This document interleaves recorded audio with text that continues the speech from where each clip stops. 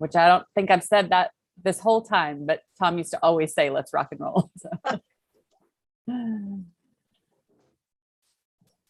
All right, we are live, and I would like to welcome everyone, whether you're on the screen or tuning in via the town's YouTube channel, to the Hillsborough Town Board of Commissioners February regular meeting.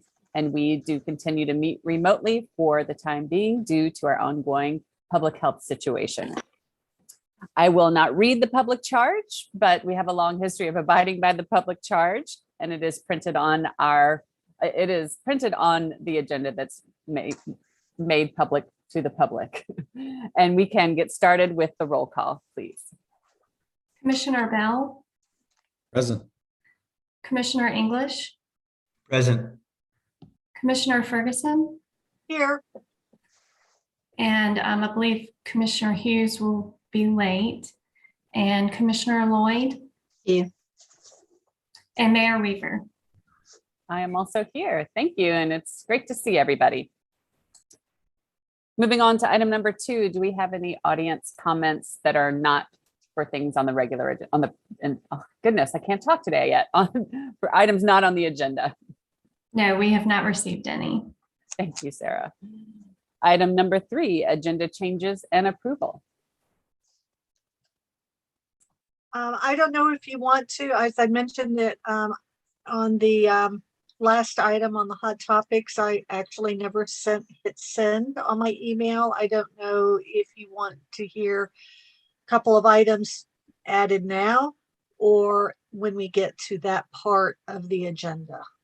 For the discussion of commissioner requested topics? Correct. I think we can just probably wait till we get there. Perfect. Then I Would be my move to guess. approve the agenda as presented. Second. Moved by Kathleen, seconded by Mark. We can roll call the agenda approval. Commissioner Bell. Aye. Commissioner English.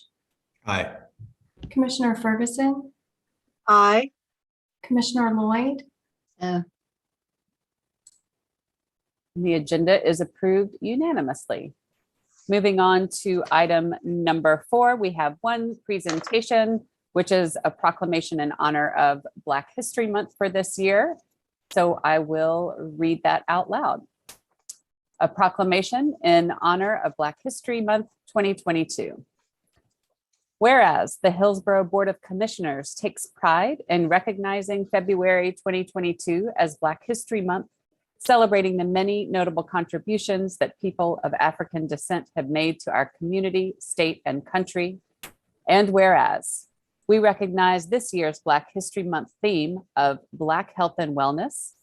And whereas we acknowledge systemic racism has led to African Americans being more likely to die at an early age from all causes, more commonly misdiagnosed, and impacted by health inequities throughout the healthcare system that have traumatized the Black community. And whereas we now celebrate Black health and wellness, including the legacy of Black scholars, midwives, nurses, doctors, and practitioners of not only Western medicine, but all the other Indigenous ways of promoting health and healing throughout the Black diaspora. And whereas our community has numerous contributors to this legacy, from the midwife Peggy Long Faribault, who birthed the babies of Hillsborough for many years, to Dr. Kizzmekia Corbett, who was instrumental in developing the Moderna mRNA vaccine for the novel coronavirus, and many others. And whereas we uplift our community leaders, Black business owners, professionals, and others who promote well-being and knowledge throughout the many facets of the Black community as part of our whole inclusive community. And whereas each Black individual has a unique mind, body, and soul, which deserves to be healthy, well, and treated with respect and empathy. And whereas today we celebrate and affirm the importance of Black health and wellness to our community throughout our state and the nation. And whereas the town of Hillsborough is deeply committed to diversity, equity, and inclusion.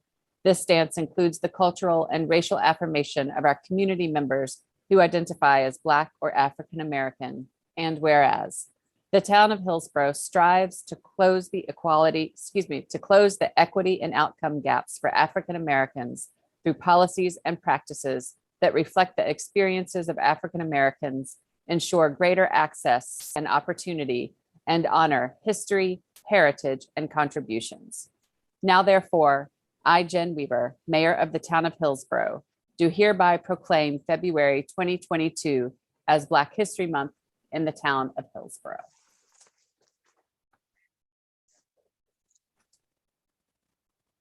And I also just want to thank you, Sarah, for helping pull that proclamation together.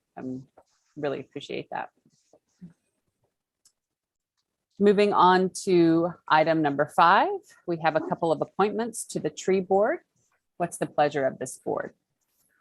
I would move, if we can do this as a joint, I would move to accept the appointments of, I can't read, both Mixon Nelson and Bridget Boer to the tree board. And do I need to say anything else? Or I'm sorry, I'm discombobulated. Second. I think- Second.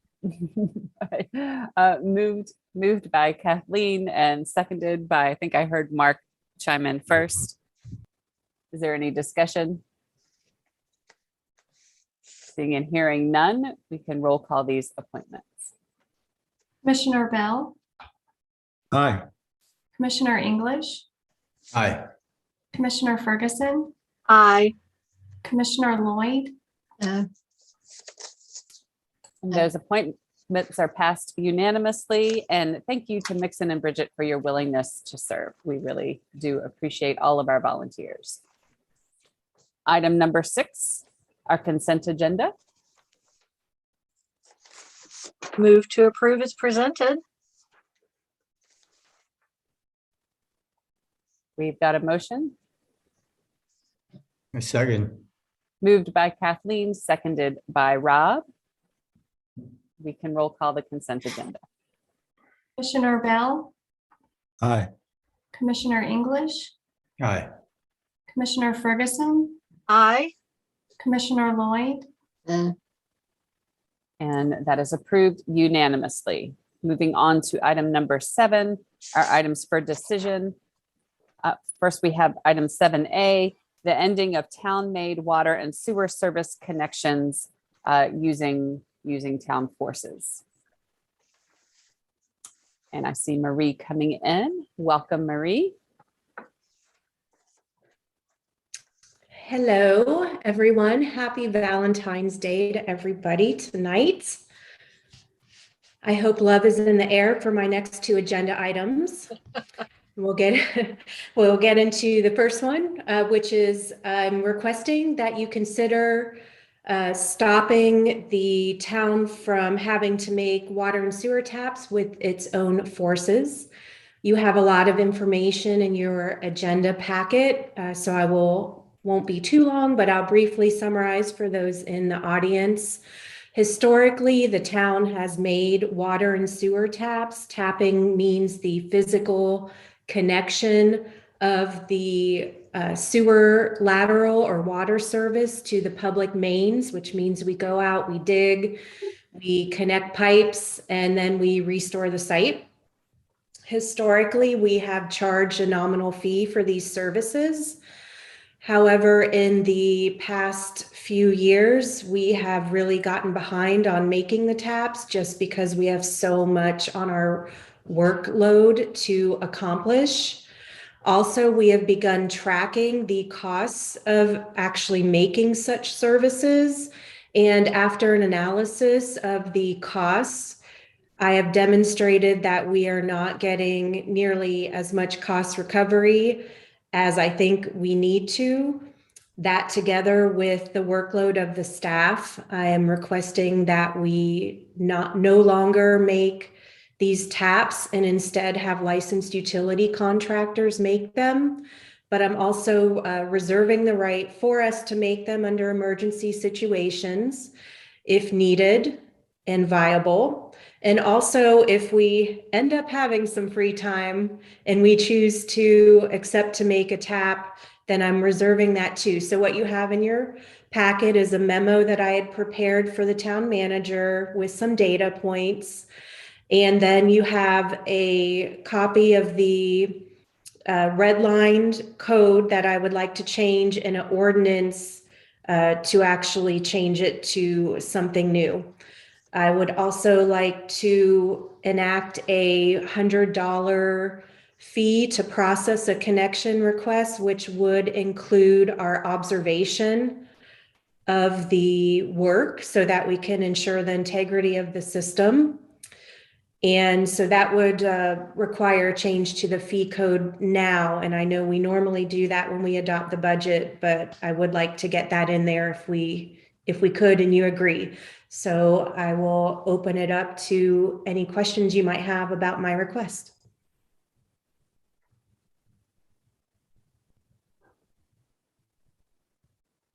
Looks like Kathleen has her hand up. And all I really want to say is I really appreciate the work that went into this. It makes sense to me and certainly support. And unless there's objections from other commissioners, I'm willing to make the motion to approve. And have a second. I see Commissioner Bell has his hand up.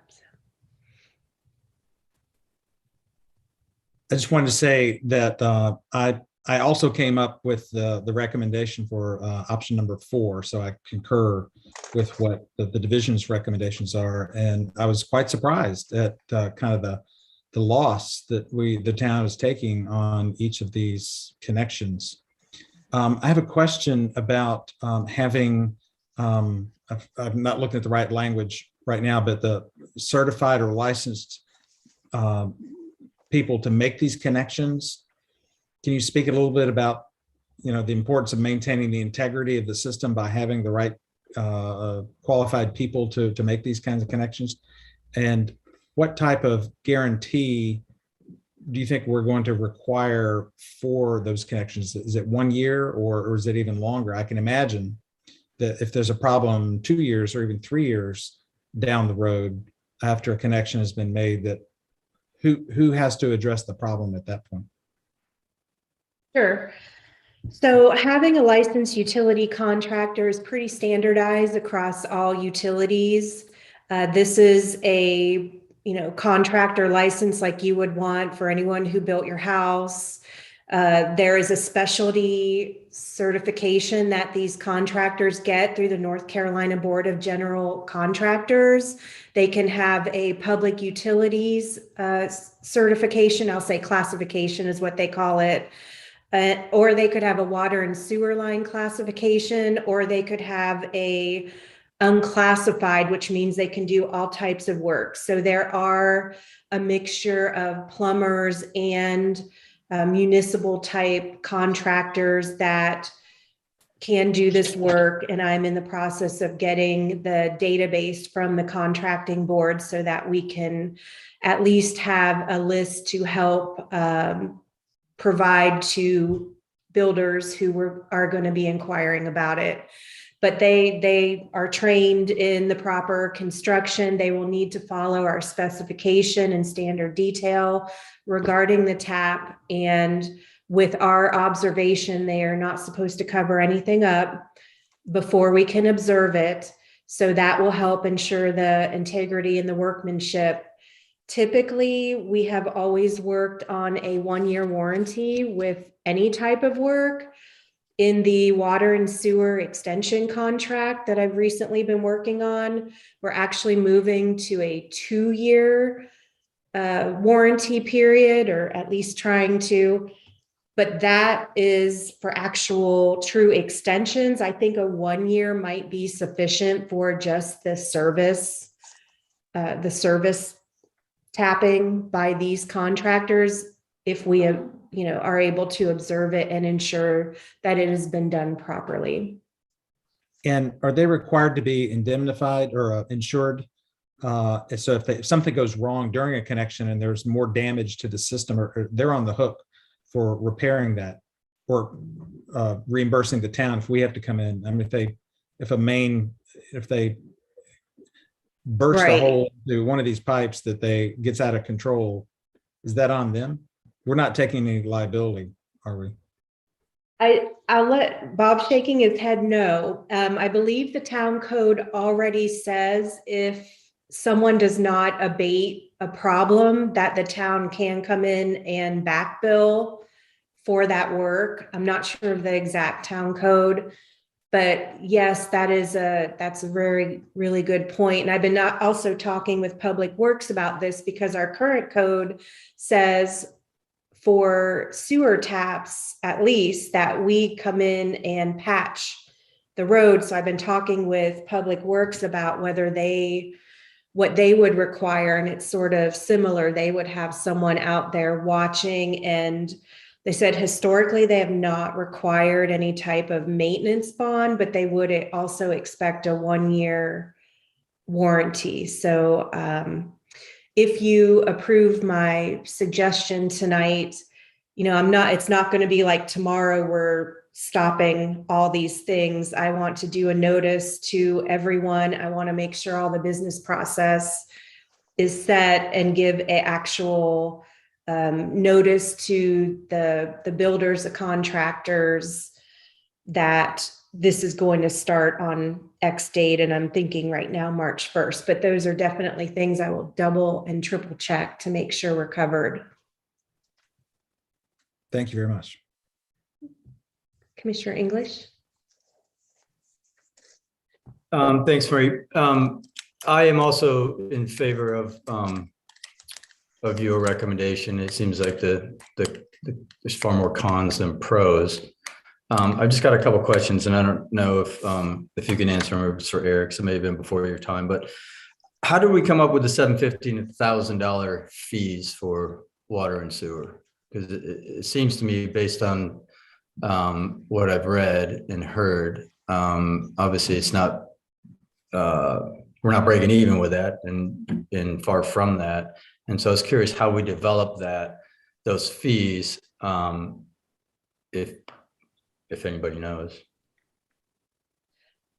Eric can jump in because it was before my time. This fee was existing, but I think this fee may have come up when we've done maybe some rate analysis or system development fee updates. I'll let someone else jump in, but I really can't say where they've come from. That's fine. It's not that important. Would we expect the fees that a private contractor is going to charge much higher than what we've been charging? I would assume they would be similar. I can't really say what they would charge, but we've costed with a pretty detailed sheet, equipment, materials, labor. There is probably an added, I guess, hump that if we have a lot of NCDOT roads around town, and that contractor will have to get an encroachment to work in the right of way, they'll probably also charge, if it's like a wide street, they might charge some type of traffic control to the builder. So there are those things, which obviously we're counting traffic control in our costing, which is why some of our recovery is not as good as we had expected.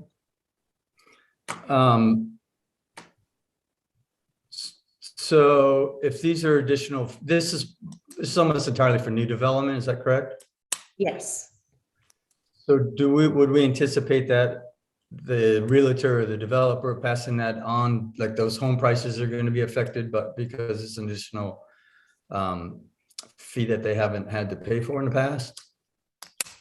I would assume that any cost with building a house and connecting it, just like anything else, building driveway and doing whatever that they do for redevelopment, would be passed to somebody. Okay. How do we come up with the $100 application connection fee?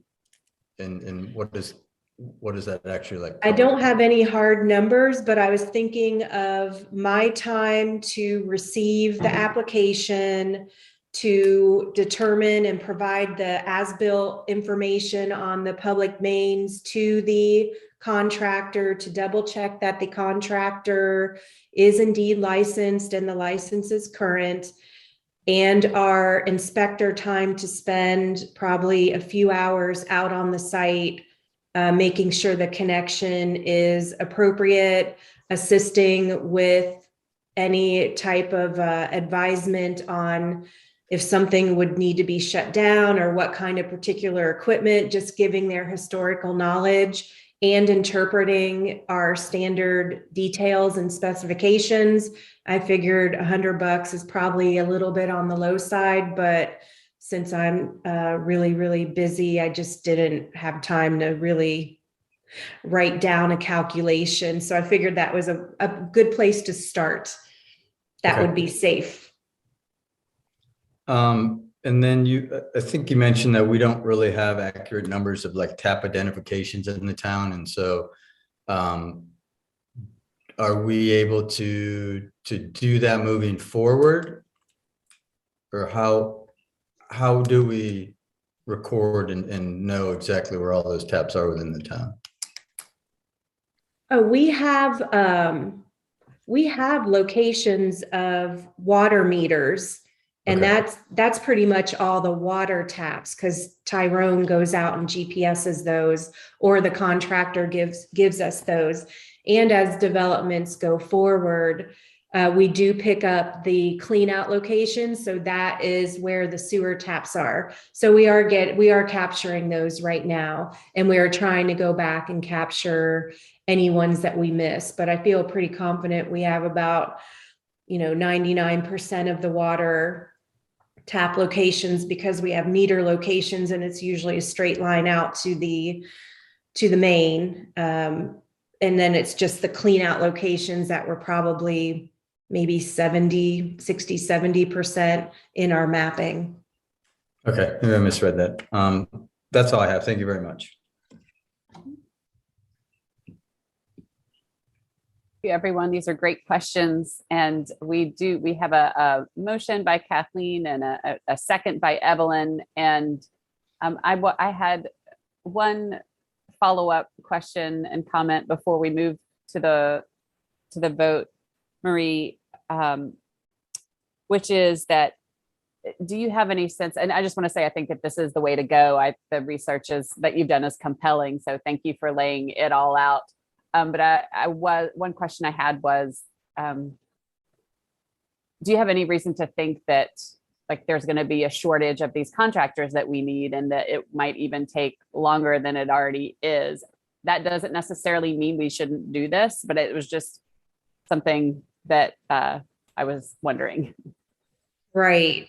Honestly, I don't know the answer to that, which is why I reserved our ability to make them worst case.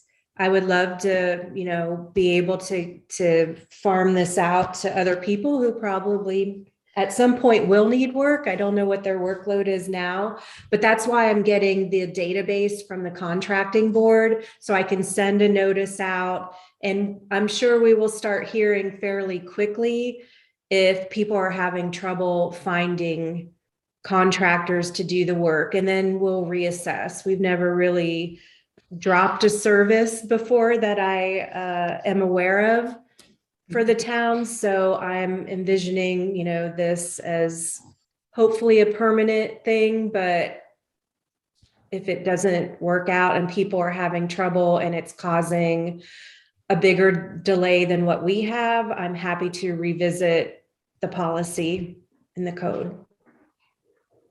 Absolutely. Great. And thank you for adding in that piece about the reserving the right for the town to do them if needed. And maybe just to let us just keep us informed, as you always do, about, whether you hear of anyone, charging exorbitant fees or something like Rob was sort of getting at, just so that we know the lay of the land and the repercussions of what we're doing. And that's all. And Robert, did you have another question? I did real quickly. So I think you mentioned also, Marie, that, the loss of revenue should be offset by fee revenue in other areas. And I was just curious what those kind of other areas you anticipate we might recoup some of that revenue? So when I presented to you last year, and I forget what month, it was probably about a year ago when I had that spreadsheet that talked about other cost recovery ideas for other fees. I am actually I proposed those fees in the upcoming fee schedule, and that's for inspections, as-built plan review, closed circuit sewers TV review, and some of those other things. Plus, we are also going to be updating our system development fees, and that'll take into account all the new assets we've taken in the past 5 years and where we're sitting with capacity and our upcoming needs. So I think those will probably go up as well. Okay, thank you.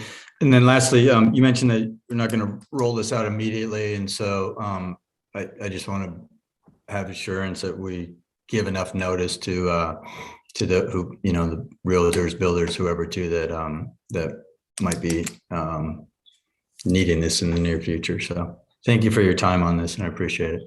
Thank you. Any other questions or comments? Seeing and hearing none, we can roll call the motion and second that is on the floor to approve as presented option 4 to end this practice and implement the $100 fee. Commissioner Processing. Bell. Sorry. Aye. Commissioner English, Hi. Commissioner Ferguson, Aye. Commissioner Lloyd, And that passes unanimously. Thank you so much, Marie. And moving on to item number 7B, we have the Water and Sewer Advisory Committee rate structure thoughts and a request to meet routinely.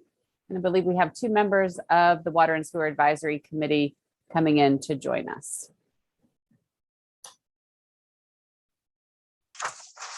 And I see that Matt has joined us as well. Welcome, Matt.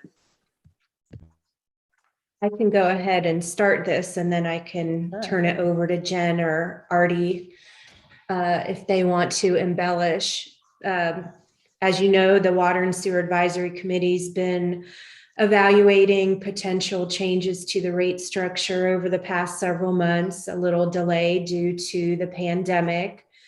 And we have narrowed it down to 2 areas for prioritization, but the memo that they're presenting is not for you to actually discuss those 2 items that they want to work on tonight.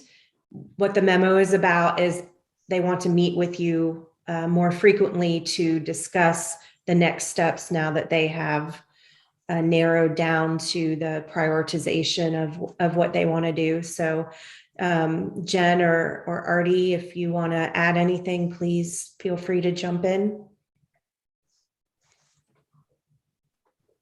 I don't see Art necessarily fully connected to the Zoom right now, so I'll speak and say that before the pandemic, the Water and Sewer Board and the Town Board of Commissioners did a one-off meeting to discuss how to improve the equity, the fairness, and the cost that's associated with the rates for the citizens in town.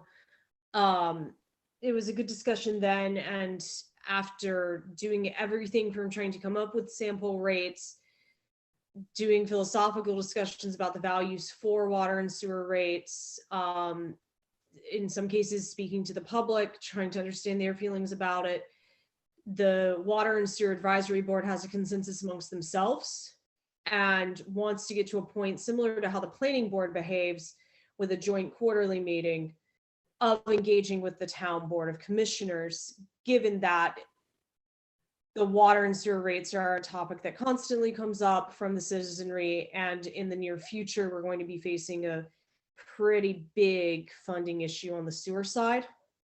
It would be good to get out ahead of this issue beforehand and ensure that the Town Board of Commissioners stays aware of it and can help move it forward to try to find solutions for the challenges that are about to hit.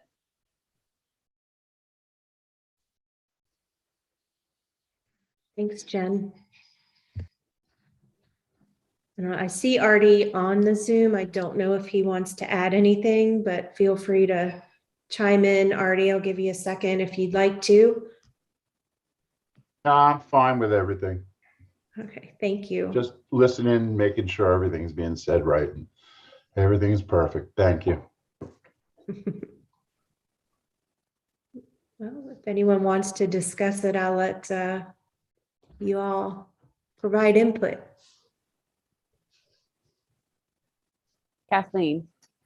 Well, first of all, I'm pleased to hear that the Water Sewer Advisory Committee is looking at quarterly joint board meetings like the planning board. That's something that I feel pretty strongly is important given the size of our enterprise fund and the responsibilities we have in the overall budget stewardship and oversight. I think it's past due, and I'm really pleased to see this. And I think too, we are facing some pretty daunting CapEx expenses. We're facing, a lot of issues of sustainability on down the road. And we need the creativity of all of us working together. So I'm really pleased for that and wholeheartedly support this. And just thank you to the Water Sewer Advisory Committee for this.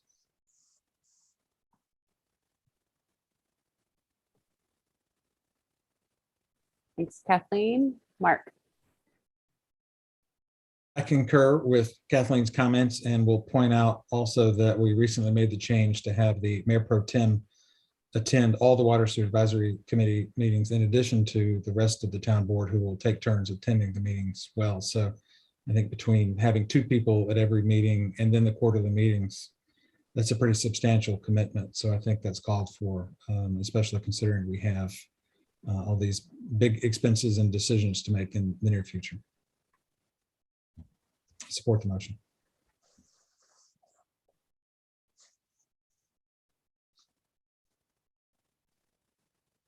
I was gonna say, well, there is no motion on the floor yet. I was about to say. But, Well, then I move to accept the proposal to have the quarterly meetings as presented. Do you need to include anything else in that motion besides the meeting schedule? I think that the meeting schedule is the only thing that we didn't call out explicitly, I believe. And given the Water and Sewer Advisory Board has more people that we'd have to coordinate with, and kind of how it works with the planning board is having the elected officials come to one of our quarterly meetings on the first Thursday of each month. And we could set up the quarter schedule in a way that differs potentially from planning board. I know they do January, April, we could do February, May, and so on and so forth, something to that extent. Yeah, we do have the housing collaborative that meets monthly on Thursdays. It's something that this one who sits on that I'm conscious of, but having said that, sorry. Having said that, the motion of still stands to adopt the quarterly. Yeah, and we can, I'm going to defer to Bob and Marie. We can probably hammer out the specific timing on the schedule offline and then send it out as something for the public. Commissioner Hughes. Yeah, thank you. I think that if we can leave it up to staff and maybe the mayor to identify which of the months we'd like to do that quarterly meeting, probably since we already have quarterly meetings set up as as a town board with the planning board. I know Jen does double duty on, oh, well, no, Jen does not do double duty on the planning board anymore. It would probably be good to have that quarterly meeting in a month where we're not already in a quarterly meeting with the planning board.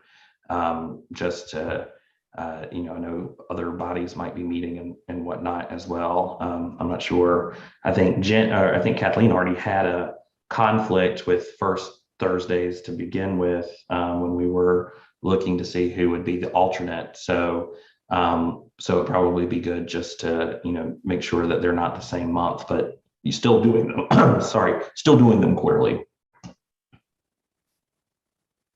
But for the purpose of this motion, the motion is to adopt the quarterly meetings, details to be hammered out by staff. I'll second that motion. We have a motion and a second. I would like to offer something for discussion here, which is that there's a clear, my sense of this is that, sorry, I'm looking, I had a couple of notes, that there's a clear need for us to meet together to talk about these two issues that have been identified by the Water and Sewer Advisory Committee. And, I just want to echo the thanks for, all the work that y'all have done and sending this memo. I certainly will support the decision that the board makes. But I was wondering if I'm a little cautious about committing to quarterly meetings in perpetuity. I think it might be worth considering committing to these meetings to talk about these particular issues that we have in front of us now, and then maybe hearing back from staff about what might work going forward. I want to be mindful of the fact that adding new meetings, to our staff load and things like that. I think we just need to hear a little bit more about what this would look like in the long term before we make a full commitment, for adding these meetings to schedules. And one other thought that I had that I just wanted to share so that it was out in the open is in thinking about the schedule and load that our pretty small board is carrying, and that we want that to be accessible out to the community when people are thinking about serving. So I just think that every time we add new meetings, that's something that people who might serve in the future to be thinking about. And I think it's worth thinking about. So I want to offer that this is a bigger, might be a bigger decision than where I just want to be sure we discuss and think about all the aspects of it. I'm just going to say, at least for the motion, we always say we revisit things at a future date, that we always reserve that right. However, I still personally, at least for the motion put forth, half general fund, which is where our committees relate to, half with the enterprise fund, and we're saying that we're doing quarterly meetings. I believe that it's too important, and that's not the meeting. We may dispense on meetings, but that's not the one I would be willing to dispense on. And yes, I would say anytime we do this, we reserve the right to revisit if something is not working, or if it turns out that we don't have agenda items, or if meetings are canceled, then certainly that's indicative that we are resolving the issues at hand, and don't need to meet with such regularity. But for the purposes of this motion, my motion stands. And I really appreciate what what you bring up, Mayor. Absolutely. It's good to flesh it all out. Mark. For the sake of efficiency, I would like a little bit of insight into how we would make the agenda for the meetings and determine if the meeting was actually necessary for a particular quarterly meeting. Jen, do you see that as something you would coordinate with the chair of the Water Sewer Advisory Committee? I can talk about the way we do it now, because just for history, the Water and Sewer Advisory Board, after the first round of rate studies occurred, only met every other month.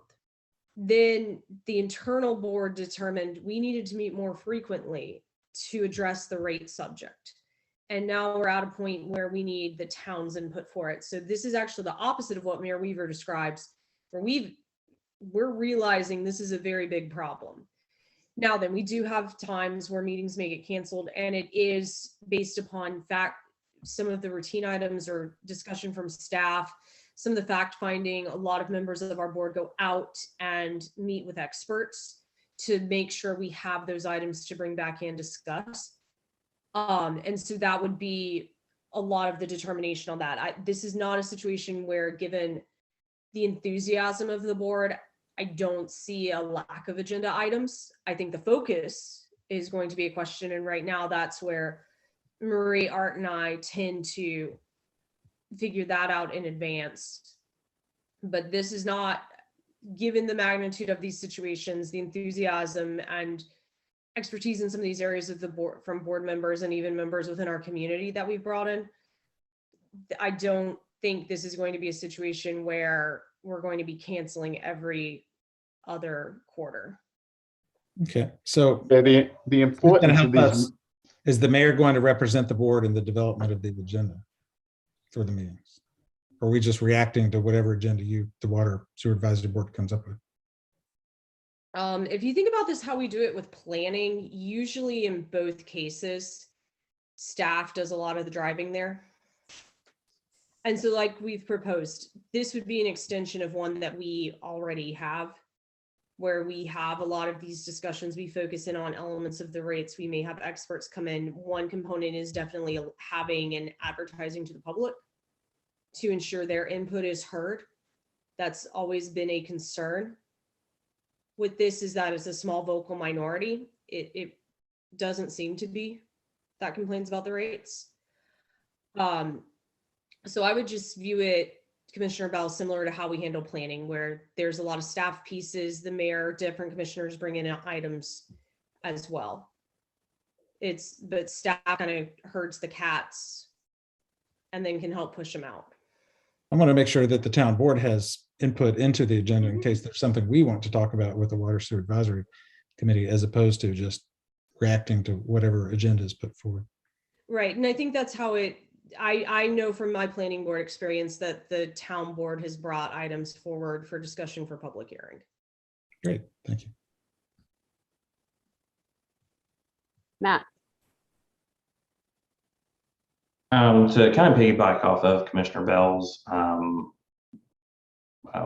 suggestion or the point that he raised, since we have decided that the mayor pro tem, and volunteering myself, I guess, to some extent, since we have decided that the mayor pro tem moving forward will be our representative to the Water and Sewer Advisory Committee, I think it would make a lot of sense to have that person, whoever they are, to solicit our fellow board members for topics, and then also work with the advisory committee and staff to help set that agenda. I'm sure the mayor has a lot, this mayor and other mayors will have a lot on their plate, but since we've already kind of designated the representative, at least in this term, maybe in future terms as well, to a particular position on the board, that makes a lot of sense, just to have that conduit.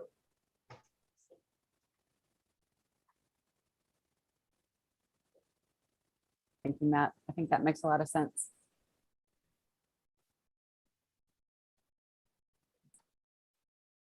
Marie, just curious if Marie or the town manager have any comments for our discussion. It's fine if you don't, but I wanted to.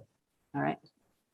Yeah, I was wondering on the joint development of the agenda, since the WASAC meetings are the first Thursday of each month, and you have a workshop, or we have the meeting like tonight, and then you have a workshop, if maybe that would be a point where the board would weigh in on, I guess, hot topics for any upcoming water and sewer advisory committee joint meeting. And also, I'm not quite sure myself what the planning board joint, you call it a public hearing. I don't know if this would be considered any type of public hearing. It would just be some type of joint meeting. And then I envision, once everyone comes together on the agenda, sharing the agenda in advance. And if there's something that's can wait and it doesn't make sense to have the quarterly meeting, it could be pushed. But as Jen Sykes mentions, there is the hot topic of the rate structure, and that'll probably take at least a few conversations right now to work through and get the next steps going. And that's really all I have to add. And I was just going to chime in, Marie, for process flow for the town board's information, usually the last item on any water and sewer board meeting that first Thursday is what the agenda is for the upcoming month. So timing that with your meeting calendar, you'll have our items, you can do that. Marie will probably send the draft to Art and myself, and then we can, and probably Matt, and we can go for it, and we can just send it out before it's scheduled. And yeah, like I said, some of our items are routine and some of them are those discussion pieces. This would not be a meeting for routine items. All right, sounds good. We've got those windows on both of our respective regular agendas where we can bring up some of those topics. All right, Matt, okay. Sorry, Matt's square moved around, so I got a little bit thrown off. Any more comments, questions, discussion? Did Art have something that he was going to say at one point? I don't know if we missed. No, I was just on the boat. I just know how important this is with the cost of water for the folks in Hillsborough, and you just need to get things done. And it seems like we're constantly going in circles, and to have all the board members there with us to go over some of the things, it just makes it more proficient, and hopefully we can get more done. Instead of us going through it and then sending a message to you and waiting to get something back, this is something we need to take care of before it comes back at us. That's it. That's all I wanted to put forth. Thank you, Artie. I agree that, I really, shortly before the pandemic hit, like everyone else, that time has taken on new meetings, but was the last water and sewer advisory meeting that I attended, and just the discussions are so deep, and the detail that y'all went into and the work that went into, trying to figure out the rate structure was really impressive. And this is a big burden on our residents. And our business owners as well. So I think we are overdue for a conversation with each other. Rob. Yeah, I just wanted to basically piggyback on what you said too. I definitely see the value of these two groups getting together on a regular basis. So it's something I would certainly support. And I appreciate Artie and Jen, you bringing this and getting it done in front of us for a decision. So thank you. Thank you, Rob. All right, if there is no further discussion, we have a motion and a second on the floor, and we can roll call that vote. Commissioner Bell, Aye. Commissioner English, Aye. Commissioner Ferguson, Aye. Commissioner Hughes,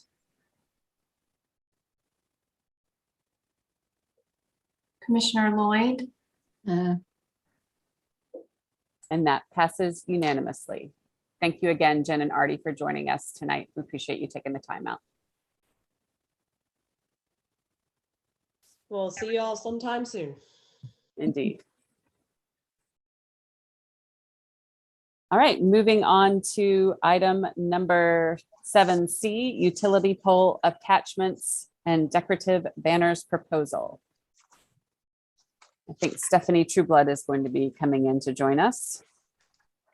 Give her a moment to get all the way in. Hi, good evening, everyone. I didn't hear the last second, but I assume that you introduced the banner topic, which is what we're here to talk about tonight. You guys will remember last summer was the first summer the town officially celebrated Pride Month with single pole pride flags. And we learned shortly afterwards that Duke Energy doesn't actually officially allow single pole flags. We have been flying American flags for many years on a single pole, but unfortunately those can't be permitted going into the future. And so at that time, the town board asked staff to get creative and try to come up with some options for how we can celebrate these important holidays.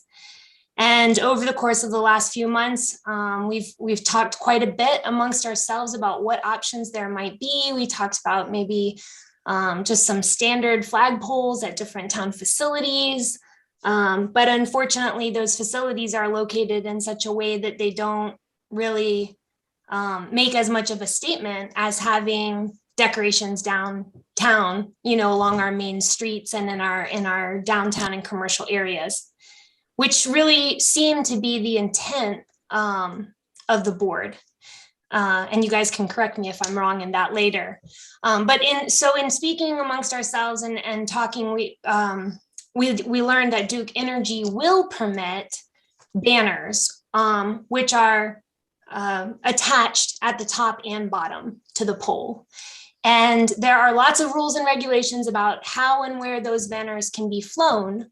But Duke recently passed a policy that the content of those banners is really up to the municipality, as long as it, can't be considered profanity or hate speech of any kind. They've sort of taken themselves out of the role of regulating content, and are allowing municipalities to seek approval for banner permits.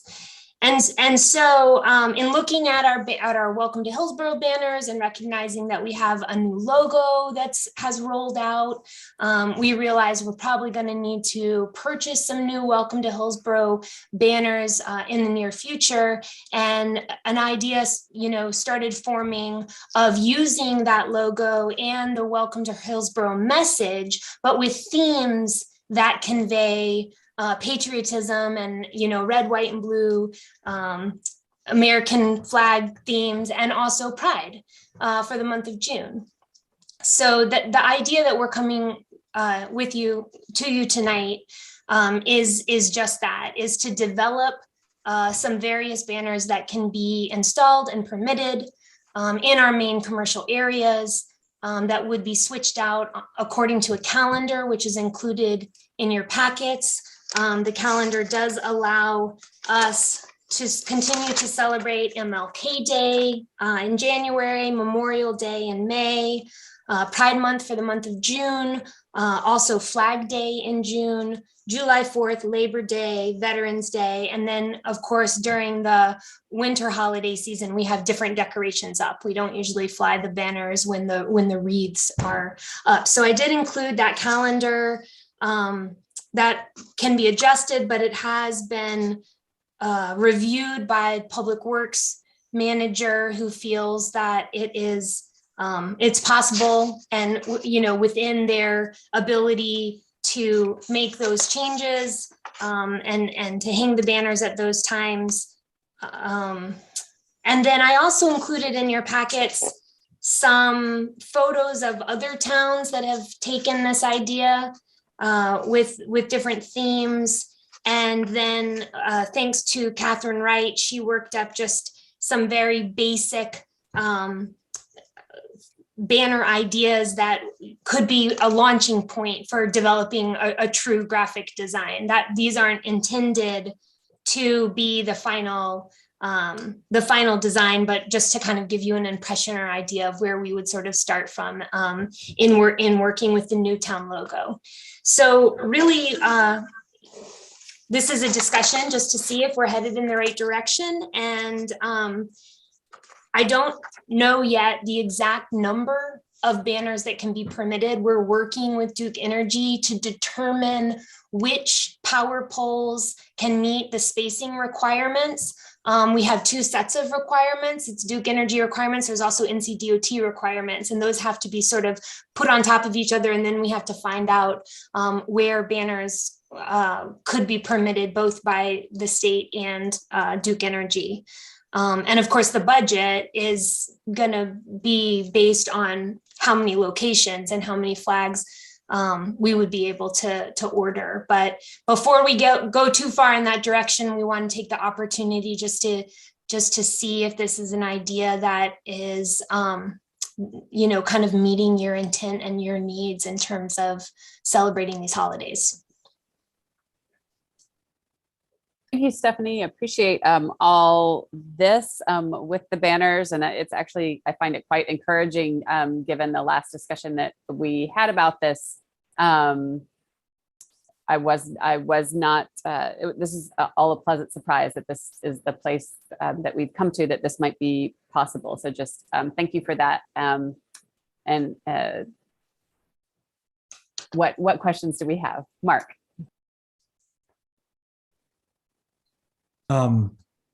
Thank you, Stephanie, for all the information. And I know there's a lot of work that went into figuring all this out. So kudos. Regarding the final design, in the agenda, I think in the agenda that I have, that discussion appeared further down on the PDF, and I found that a little bit late. But what I'm reading is that staff will work with graphic designers to develop 3 cohesive designs for the banners using the new logo. Will we see those designs again, or are we just blessing you to come up with the final designs and then print the flags? Are we going to get another shot at seeing what it looks like?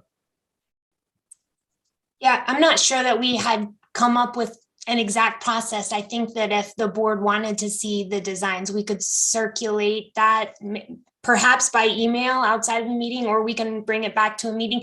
One critical piece I forgot to mention is that the calendar is moving, and we've already missed a couple of holidays this year in terms of not putting our flags up. So one of the reasons I'm here tonight is that I just want to make sure that we get ourselves ready to be able to celebrate the holidays this summer. So time is a little bit of an essence. I don't know how long it will take to develop a design package, and that would probably be led by Catherine Wright, I imagine. Okay. Since she's done all the work on the branding, maybe her and Shannon.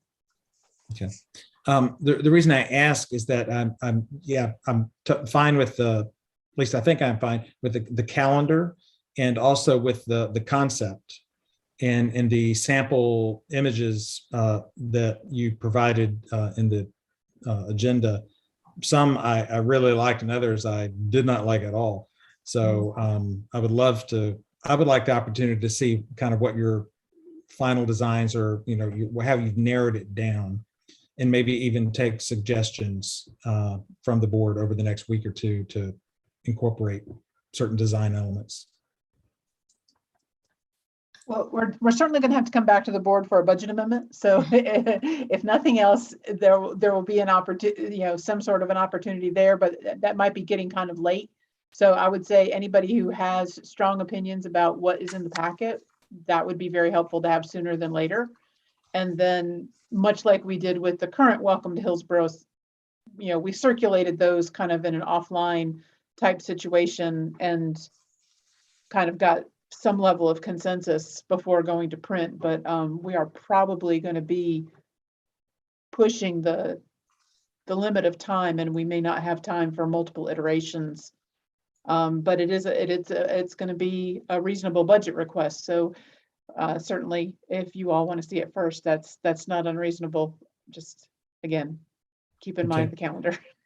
Two other quick questions. One is, I hadn't contemplated a design that has 2 yard arms, one over the street and one over the sidewalk. And my question is that something that would be appropriate?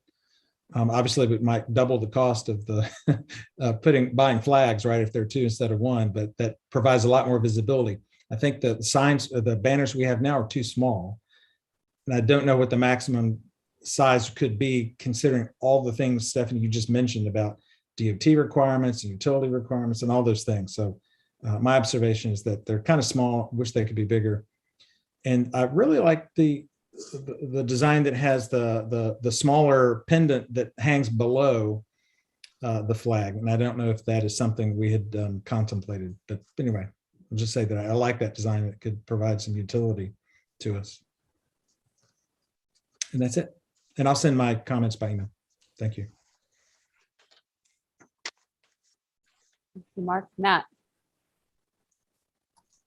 Yeah, I was just going to say that I really like that the staff has, the calendar laid out. I think that pretty much mirrors our conversation from last year as to when we would do that, hang the flags, or in this case, banners, particularly the sensitivity around Flag Day. So I think that makes a lot of sense. I like a lot of the themes here. I see some cities from North Carolina presented in some of the examples. I'll say I'll leave the design, kind of the design aspects of that to the staff to decide, what's most aesthetically pleasing and in line with our brand. I know last year staff came to, I think, me and Mayor Weaver to say, hey, there's multiple types of pride flags. Which one would you like? But I think leaving that up to staff is a-okay and perfectly good. And I don't think that necessarily needs to come back to us. I was going to say that in terms of the arms that hold the flags, I know there's most of these, I think, listed in the examples are maybe not utility poles, but light poles or some other sort of pole. And I noticed that in Chapel Hill, I don't know if this is helpful as y'all are evaluating what sort of bracket or equipment that you'll need to mount onto the utility pole itself. But I did notice that in Chapel Hill, for some of theirs, that they have these arms that kind of fold out that aren't, kind of attached, where you have to attach it to a bracket and install. I don't know if that might be an option given the utility poles, but something that maybe staff would want to look into, because I could see potentially maybe that might be an easier, slip on, slip off. I don't know how it's currently done, but I thought that was pretty neat that, if for some reason there were times where we weren't using the banners, the calendar fills out pretty nicely of there'll be a banner or a wreath on poles most of the year. That might not be so much of a concern, but if for some reason we didn't put any banners up, and I don't know if the thought is that sorry, I had to take a little bio break. If the thought was that we would do the town logo theme on all of the utility poles or not, but if there were times where we didn't need something on a utility pole, they could just be folded down rather than taken off and whatnot. So I looked into that, and that seemed to be a pretty neat thing if it's possible to mount that to a utility pole. Yeah, I can certainly look in Chapel Hill and see what they have. I do know that the banner agreement with Duke requires the bracket to go around the pole and not attach into the pole in any way. So we may be limited by the Duke power agreement. Whereas if we were using streetlights that weren't power company streetlights, that those other arms they sound like they may actually be better made. I'll have to look into it a little bit, but yeah, Duke requires that we don't actually attach anything into the pole. Those circular brackets are required. That makes sense. If it's a wooden pole, I should say. That's I think Mark Do you still, okay. Yeah, of course, I remembered one other thing I forgot to ask, and that is without opening a can of worms about which holidays to recognize with flags. But I have to ask about Juneteenth and the possibility of leaving up the American flags to cover that holiday, or does that eat up too much of the Pride Month banner time on the polls? So it's a few days after what they'd already be up. And what's the possibility of extending that? Yeah, I think that the calendar can be designed to meet the will of the board. My understanding or memory from the last discussion was that having the pride flags up for as long as possible in June was one of this, just one of the things that you guys had mentioned, but the calendar can be adjusted based on what you want. If I could maybe interject in looking at the calendar, Mark, it already looks like that they're going to be switched for, is that Flag Day that happens in June? So they'll be switched for Flag Day, the 13th, 14th, 15th, and 16th. And maybe you're suggesting not take them down and leave them, you're suggesting just extend that interim period through Juneteenth. Is that correct? And just to save the staff from having to take them up and, do that all again. Yeah, 3 more days would be, what I was contemplating, but I don't know, I don't want to take away from Pride Month either. So it's a conundrum.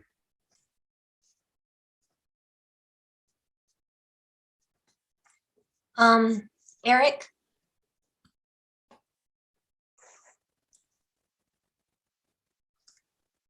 All right.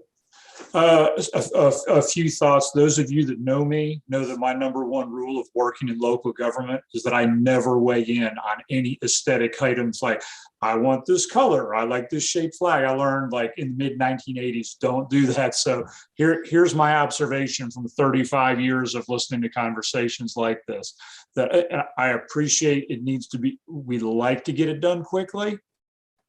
In that it's good that the board says, hey, we've got confidence, just let staff do that. But almost 100% of the time when it's delegated to staff, people get really unhappy. So I don't know what the answer to that is, but the solution is this board needs to check off and sign off on whatever we do before we move forward on it, because there is never consensus, whether it's from the board or people that are going to not like it. There's just too many permutations of all the different flags, how they can all look, where we want to put them, when we would have put them up. There will be people upset about this. So as much as we appreciate the confidence from the board that staff will handle it correct, we need to figure out a way to get it back to the board for you to officially say, yes, it's up, or you need to make some adjustments. So anyway, that's it. Eric, when you say officially, is it okay with you if we do that like we did with some other logo situation? I can't remember what it is, where we gave feedback via email, or do you feel like that needs to happen in a meeting? As long as, it doesn't matter to me. As okay, long I as just the wanted to be board- sure you weren't being specific about what official meant. Yeah, I mean, Okay. Bob can weigh in on whether or not that constitutes an electronic meeting if the staff sends out an email and says, probably not. If you say send it, if Stephanie sends it out and says, send your comments back to me directly, so Only. there's not a deliberation going on about it, then that's fine. But then the board also needs to set the threshold. Is it the majority of the board is okay, or the whole board needs to be okay? Because these things come up every single time we have a seal, flag, logo, whatever. So just need to have absolute clarity of what it is you want before we agree to go spend money and hang things up. Great point. Rob, I think your hand was up next. So Stephanie, are we considering dual flags, or are we looking at just one banner per pole? I had been thinking one banner, but only because that's what we've done in the past. The spacing requirements get really weird. It's different if it's on the roadway side versus on the sidewalk side. And I don't want to end up in a situation where we have banners at different heights, but maybe that's just my sensibility. My thought was we would look for as many locations that were on the street side that could meet the spacing requirements and sort of continue to build on the success of the past designs. I don't know that we're going to be able to get much bigger. Matt raised that point a little earlier, and I think we should aim for a larger banner if it's possible to fit them, because I think the ones we have in some locations appear to be small, but the spacing requirements, because we have short power poles in town, most of them are older, and because there's a DOT requirement to be at least 16.5 feet above the roadway, well, then we end up with a fairly narrow space. And I'm going to need a little bit more time to figure out where we can actually get them permitted. I can't promise that even if you all were to very quickly approve this idea and very quickly approve some designs that, Catherine and Shannon can come up with, that we can still get it permitted by June. I just don't know that. But I know that if we don't start, we certainly cannot. Well, I like the direction you're going, so keep moving in that direction. And I think if is the opportunity to potentially have dual banners on any poles, that might be a good thing, because I think it would allow us to still have our Visit Hillsborough up and then also honor whatever holiday or flag that we also, but just a thought. But yep, keep moving in the direction you're moving. I will say that if we were to completely flip the idea away from the roadway and only on the sidewalk side, there's much more available space on the sidewalk side.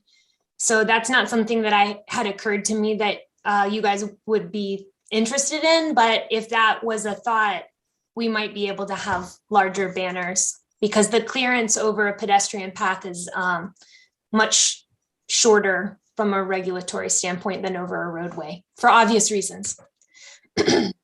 I see that there's a couple other questions and comments, but I just, pardon my interjection for a moment, is that we have several more agenda items that I think are going to take a lot of discussion. So let's try, I don't want to cut people off, but let's try and wrap this up soon. And I'll just say that, Stephanie, maybe part of this is, some of these questions that are coming up, maybe you can give us something to react to when we have the opportunity to see those designs. Thank you. Sorry for the interruption. I think I want to say something. Are you listening to me, anybody? Yes.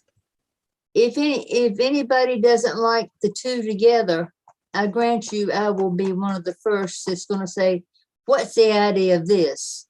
So putting two together and they don't like the two, they may like one, but not like the other, then that's when I will get, and it doesn't matter, I'm one person, I can handle it. I can say, go see Stephanie.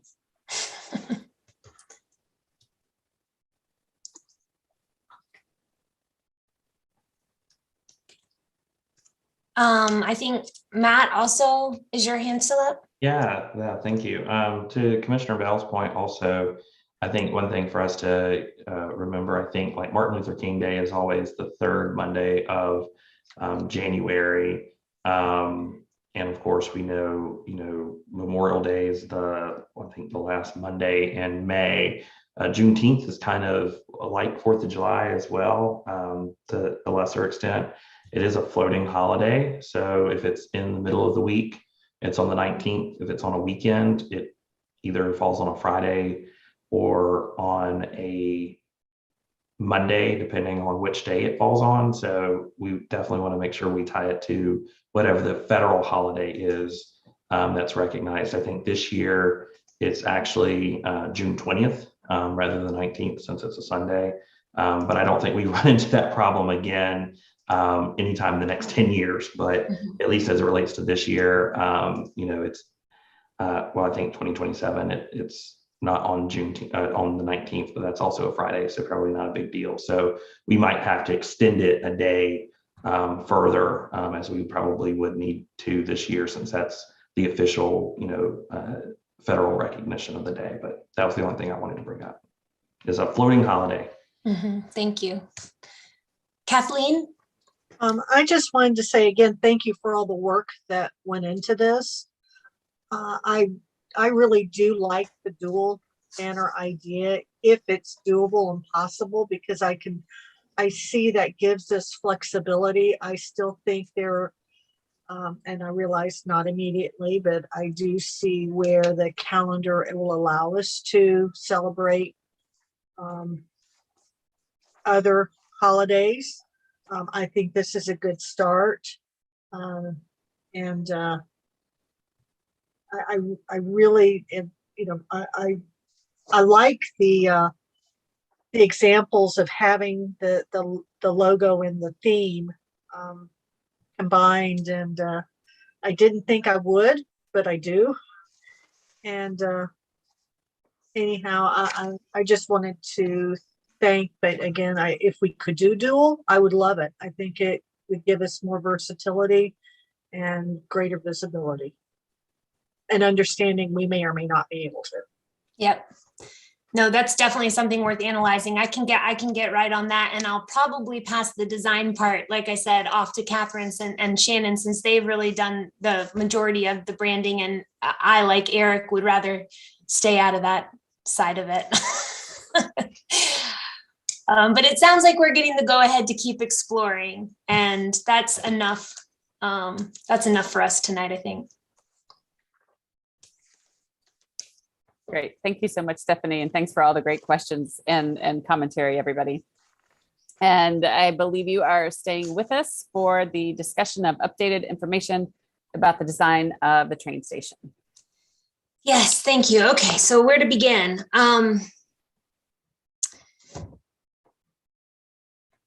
Yeah, this is such a big topic, and it happened really quickly last week. So I apologize for not having it all perfectly organized into a neat and tidy presentation. But it's a really important topic, a really important new information that we have. You'll remember that last February, of course, we signed a funding agreement with NCDOT and Go Triangle to fund a future train station at a $7 million budget. And the town board worked on developing a scope of work for that project over the spring and summer. In September, we released an RFQ, which is a request for qualifications for design firms to respond to that scope of work. And the scope of work included a 7,000 square foot building, which would house the future train station, waiting area, ticketing, lobby area, as well as public restrooms. We also hoped to have a board meeting room larger than the one we currently have, but haven't been in for a while, as well as some municipal office space so that staff could be housed in the building. That window for that RFQ was left open for 6 weeks so that it could be a very competitive process. We had excellent responses to that RFQ. And then, of course, in December, the town board awarded made that formal selection of working with Clearscapes, which is a firm that has extensive experience in building train stations in North Carolina. So over the course of the last month and a half, I've been working with Clearscapes to develop a draft contract for that design. And this has really been the first chance that we've had to really dig into the project and try to figure out what stuff was going to cost. Because part of that contract negotiation is their fee.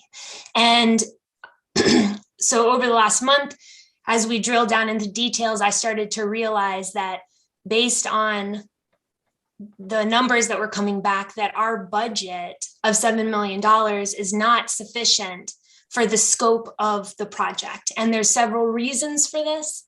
The first is that our train station budget was developed many years ago. based off of a building that was built in 2004. I think it was completed in Kannapolis in 2004. And so, you know, just basic inflation has happened in 20 years. Additionally, of course, the pandemic has made the cost of construction skyrocket. Building in Orange County is never cheap. Regulations and permitting control a lot of the cost, especially in terms of the site development. And building costs are just sky high right now because of the pandemic. Materials and labor are up. But maybe more importantly, one of the goals that the town board set last year was to achieve a net zero or net zero ready building. And that happened fairly quickly in one meeting without enough time for me to really consider what that would do to the budget. I think we all knew that it would likely impact the budget.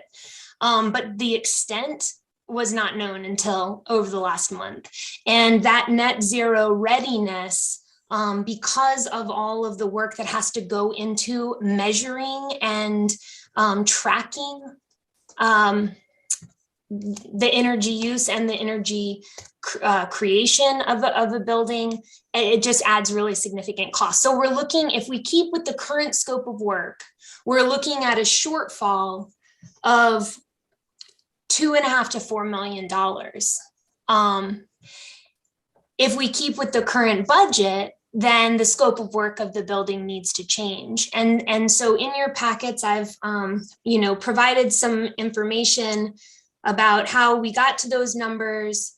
But really, what we need to talk about tonight is whether or not the town board wants to pursue the vision, right, the scope, and therefore create space for, the space needs for the town, future meeting room, net zero readiness, which help us meet our climate pledge, and green infrastructure and best practices for stormwater management, all those sustainability initiatives.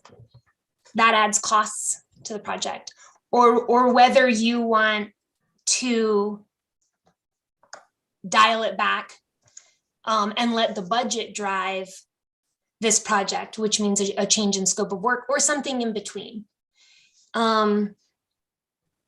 What I will say is that $2.5 to $4 million estimate still does not include contingency. Once you include contingency, it's more. Prices are really volatile right now. And even if we try to hold to a $7 million budget and scale everything back, there's still a chance that once we get into 25% designs or 65% designs, and we can do real actual estimating, we may find that $7 million budget still isn't enough. The $2.5 million to $4 million shortfall also doesn't include the actual equipment for making the building net zero. It's really an estimate that's based off of net zero readiness. So equipment like solar panels, EV charging stations, some of those things would have to be paid for additionally. And I also would like to remind the board that this budget includes the fees to design the Greenway connection to downtown, but not to construct it. And that is likely to be a very expensive prospect. And also a really critical piece of our overall connectivity and sustainability in town. So I cannot give you a good idea of what those Greenway facilities might cost, because we don't know if we're talking about a pedestrian bridge, a pedestrian tunnel, maybe one of each. And so we just need to keep in mind that is unfunded, as well as the pedestrian bridge over 85, which is another critical piece for that whole, Greenway system. So we have, all of these dreams and all of these visions and all of these needs, but we really need to just talk tonight about and make a plan for what this site and this future train station building needs to have to meet the needs of the town. And I guess I'll also invite Margaret to chime in. She's been really instrumental, of course, in this entire project all along. And so I'd just like to maybe pass it to her if there's anything else she wants to add.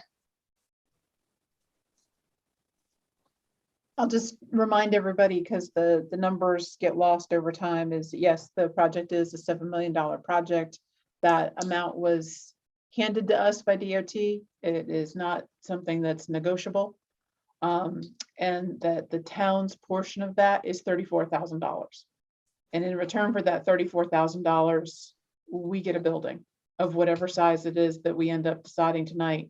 That building must be 3,500 square feet to meet the needs of a train station, which means that then the building is of no use to us once the train starts running and the DOT determines that they need all of that square footage, but it will still be our maintenance responsibility. And in the interim, we can use as much of it as is available. So it's an odd sort of arrangement, but it's. Margaret, I'm sorry, could you say that last sentence one more time, please? So DOT is telling us that they, in their world, a train station needs to be 3,500 square feet for offices, for waiting, for restrooms, etc. They can't tell us when they will need the whole 3,500 square feet in the building. And up until the point they need it, we are welcome to use it. But at some point, if we only built a 3,500 square foot building and put offices in there, that would be great. That's fine. But one day DOT is going to come and say, out, get out. We're putting the train station in finally. And then we're going to be scurrying. So it's a very odd agreement. It's a very odd arrangement. And we have not been able to work from a position of strength throughout this. It's we take what is offered and make it work. So yeah, that's exactly right. That's also the Kannapolis model, right? The Kannapolis model is I think 1,400 square foot waiting room, and then a conference meeting space with some storage areas, mechanical and restrooms, taking the size of that overall building up to about 5,000 square feet. So right now, Kannapolis uses the portion of the building that's the large room, but the DOT rail reserves the right to expand into that area at some point in the future, which is how they were able to build it under that initial funding agreement. If the town of Hillsborough were to put a lot more money towards this building, then we would likely rework that funding agreement so that we could continue to use that space in perpetuity, right? If we build offices beyond what's needed for the train station, well, we don't also want those to then be taken back at some point in the future. And we do have space needs in town. So as the town grows, as the number of staff people grow, they're gonna have to go somewhere. And so part of if you were to dial it back completely to just a 3,500 square foot future train station that we maintain without any staff in the building, we still have space needs that will have to be met somewhere. And the board meeting room is a good example, because even though we haven't been meeting there during the pandemic, you guys will remember what the quarterly public hearings were like before the pandemic. And that room didn't meet all of the needs for spacing requirements for large meeting spaces. We also have a need in our community for large gathering spaces, which is one of the reasons why we initially put a large meeting space into the scope of work, is that is a demonstrated need in our community.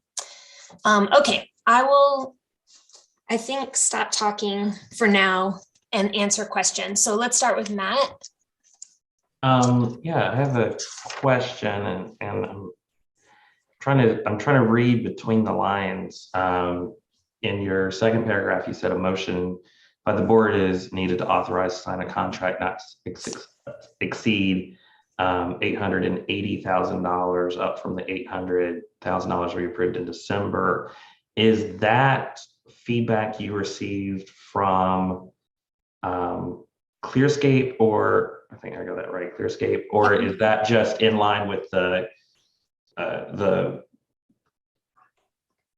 guidance that, you know, your design costs are about 20 or 10%. So if we're upping the overall budget, we need to up what we're authorizing you to negotiate. Yeah, that's a great question. I kind of skipped over that part. I apologize. If we keep the scope of work the same for the 7,000 square foot building, net zero, readiness, with all of the features that we had originally listed in the scope of work, then our design costs will be around $880,000 instead of around $800,000. If the scope of work were to change, those design costs would change as well. But if the town board decides tonight that you want to keep the scope of work the same and move in that direction and identify additional funding for the project, we have just a paperwork issue of not the manager isn't authorized to sign a contract over $800,000. So that would be really just, giving that authorization so that we can move forward with contracting if the scope doesn't change. If the scope changes, of course, the contract prices will change. Does that help, Matt? Okay, thanks for bringing that up. Kathleen? I can't say I'm surprised by anything that you've shared. I've been expecting this. It's come later than what I expected. The one thing I feel pretty strongly is if we're not taking action on the net zero, then we need to just toss our sustainability and energy resolution out the window, because we're already going to, once we get the issue of the Lawrence Road, which completely undermines smart growth and sustainability. We throw this out, it undermines smart growth and sustainability. And I feel we're hypocritical. So, and that disturbs me. One of the reasons I don't put forth a lot of resolutions is I have no interest in just talking if we're not willing to act. And when bringing forth the clean energy and that I felt that we had a commitment as a board to support. It might take time, it might take creativity, but there is a commitment to see it through. Mm-hmm. So this is a long way of saying, I can live with a smaller building if we have to adjust other ways of doing facilities. God knows we have a lot of facility needs. Maybe wrap it up with that when we're dealing with public works. But I feel strongly that we need to keep the climate mitigation, net zero, actually fulfill what we say is important. Yeah, and I will also clarify, so net zero is, like other certification programs, LEED certification, it's what net zero means is that the building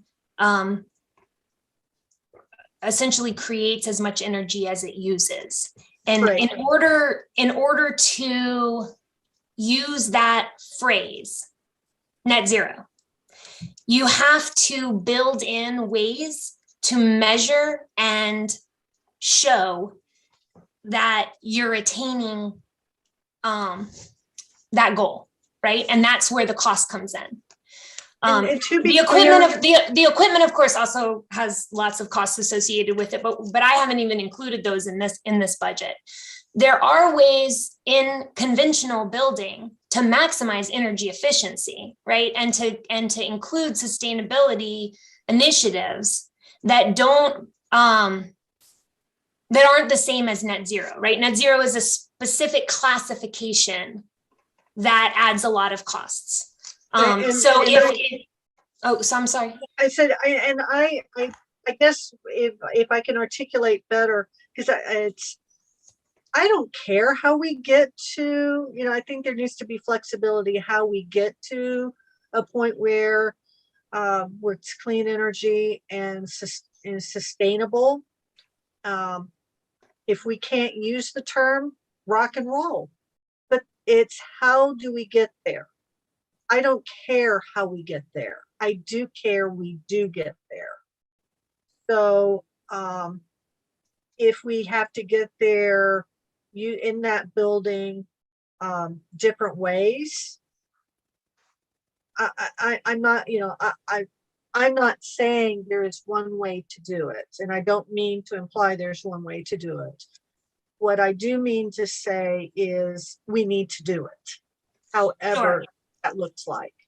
Sure. And we would certainly, in any renovation or new construction project, using best practices for sustainability, you know, energy efficiency, all of those things, that's just a part of our climate pledge that would get worked in. But once you attach the phrase net zero, that is adding a lot of cost. And just reducing the footprint of the building, if we keep that phrase net zero readiness, it's not going to get us down to the $7 million budget. The town will need to, in order to say this is a net zero ready building, and then eventually to make it a net zero building, we're going to need additional funding to do that. With conventional building, you're not using that phrase, and therefore you just kind of pick all of the options you have to reduce, you know, insulation, you know, you use great insulation, and your building envelope becomes really important, and the types of, you know, HVAC equipment and plumbing equipment that you use becomes very important. You use all of those best practices to reduce your energy use as much as possible and incorporate sustainability initiatives and equipment, green infrastructure as much as possible, but there's not that target that has to be proven. Anyway, I hope that's helpful information. I think that we can do a lot without the net zero phrase, but if we want to achieve a net zero building, then we just need to add additional funding. I mean, I look at it, we have a one-shot deal. I'm personally willing, I'd rather take the time. We already know we've got some other capital expenses and facilities and that sort of thing. I expect, you know, the funding for that, we're going to have to deal with, you know, with revenue bonds or something. I'm okay waiting. I think there's the temptation to do it sooner, but this building, once it's in place, is going to last a long time. So let's get it right. Great point. Okay, Mark. Let's see. Yeah, I agree with a lot of what's been said. And we definitely don't want the building to not be used to its potential while we await train service. And there's no way for us to know when that's going to be. And so my first thought is a reduction in scope that might bring down the total cost. Apart from the net zero, which I fully support that, and I totally agree with Kathleen's comments about this is what we said we're going to do, and our sustainability plan is so important that we should do that. So what other things could we reduce in scope? For example, the Greenway design. How big of a component of the total budget would that be? The Greenway design is somewhere between about $30,000 and $100,000 of the design budget. I can't tell you the exact number yet, but we have $100,000 dedicated to the Greenway design. However, I conceived of the train station project design before we talked about the Greenway feasibility study through the using MPO funds, right? So that over the course of the last couple months, when we talked about transportation priorities, I guess it was all the way back in September, one of the priorities we set was a complete Greenway feasibility study from downtown to Kates Creek Park. So there may be a way to wrap in that Greenway design to the MPO study and to take it out of the train station, but it's not going to cut a lot of costs out of this project. Okay. Great. And you mentioned that some of your projections didn't include contingency. How much what's the standard contingency in this situation? 20% or 25 or 10? 20% of the construction budget is what I like to aim for contingency, especially in the market right now. There's some other, minor things that aren't included, that there wasn't a generator planned in this scope, or a sprinkler system. So there are some things that need to be added just in general to the project that adds costs. Okay.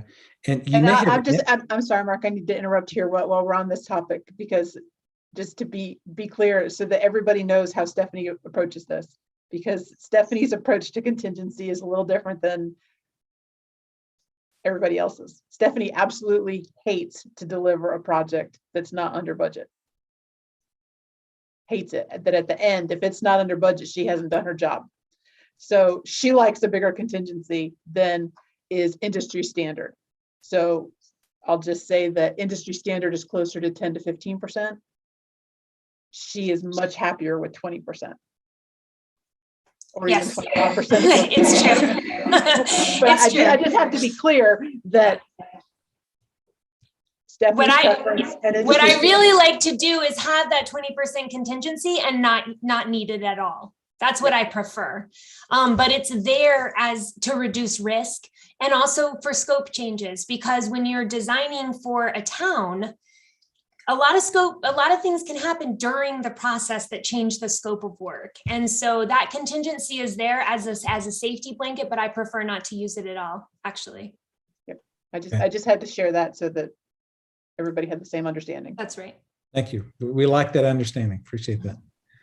Last question is, you also mentioned in your comments about how reducing the square footage of the building doesn't maybe give a proportionate decrease in overall budget.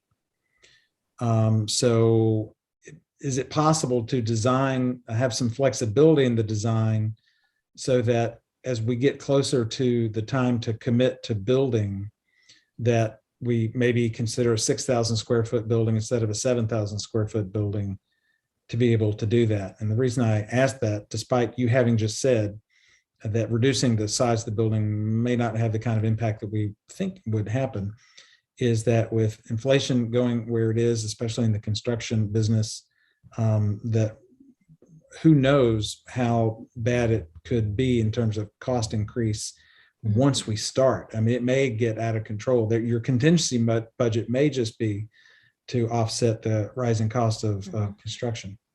So is it possible to in the design phase to have some flexibility that would help us, give us another tool to rein in some of the cost before we get too far?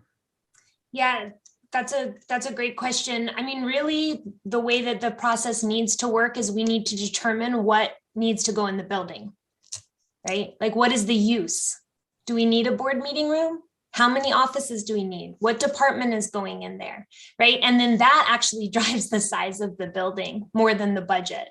So the scope really needs to drive the size, but I would like to have flexibility to reduce the size if we can meet the needs. But the needs are what we need to, that's what we need to start with. Any other questions right now, Mark, or no? Okay, Matt?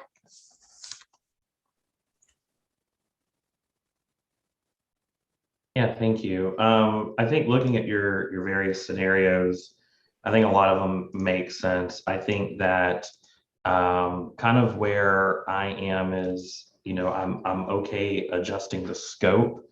For that, I specifically mean, the net zero component. And part of that is, I think building size is really important. We don't have a lot of public spaces in Hillsborough that can be used for community gatherings or that sort of thing. And so, I think if we really reduce the size of the building even further after previously deciding we weren't going to build a 10,000 square foot building, that, if we reduce it below 7,500, that we're really jeopardizing that ability to have, that public space, which I think is important. especially since it's harder to get into schools and all sorts of things. And that's not even during COVID, that was even before COVID. The net zero, why I would be okay with adjusting for that, I think, Stephanie, is for the very reasons you mentioned. We can get to other ways of reducing our carbon usage through various things. And there's a difference between being net zero ready and being net zero.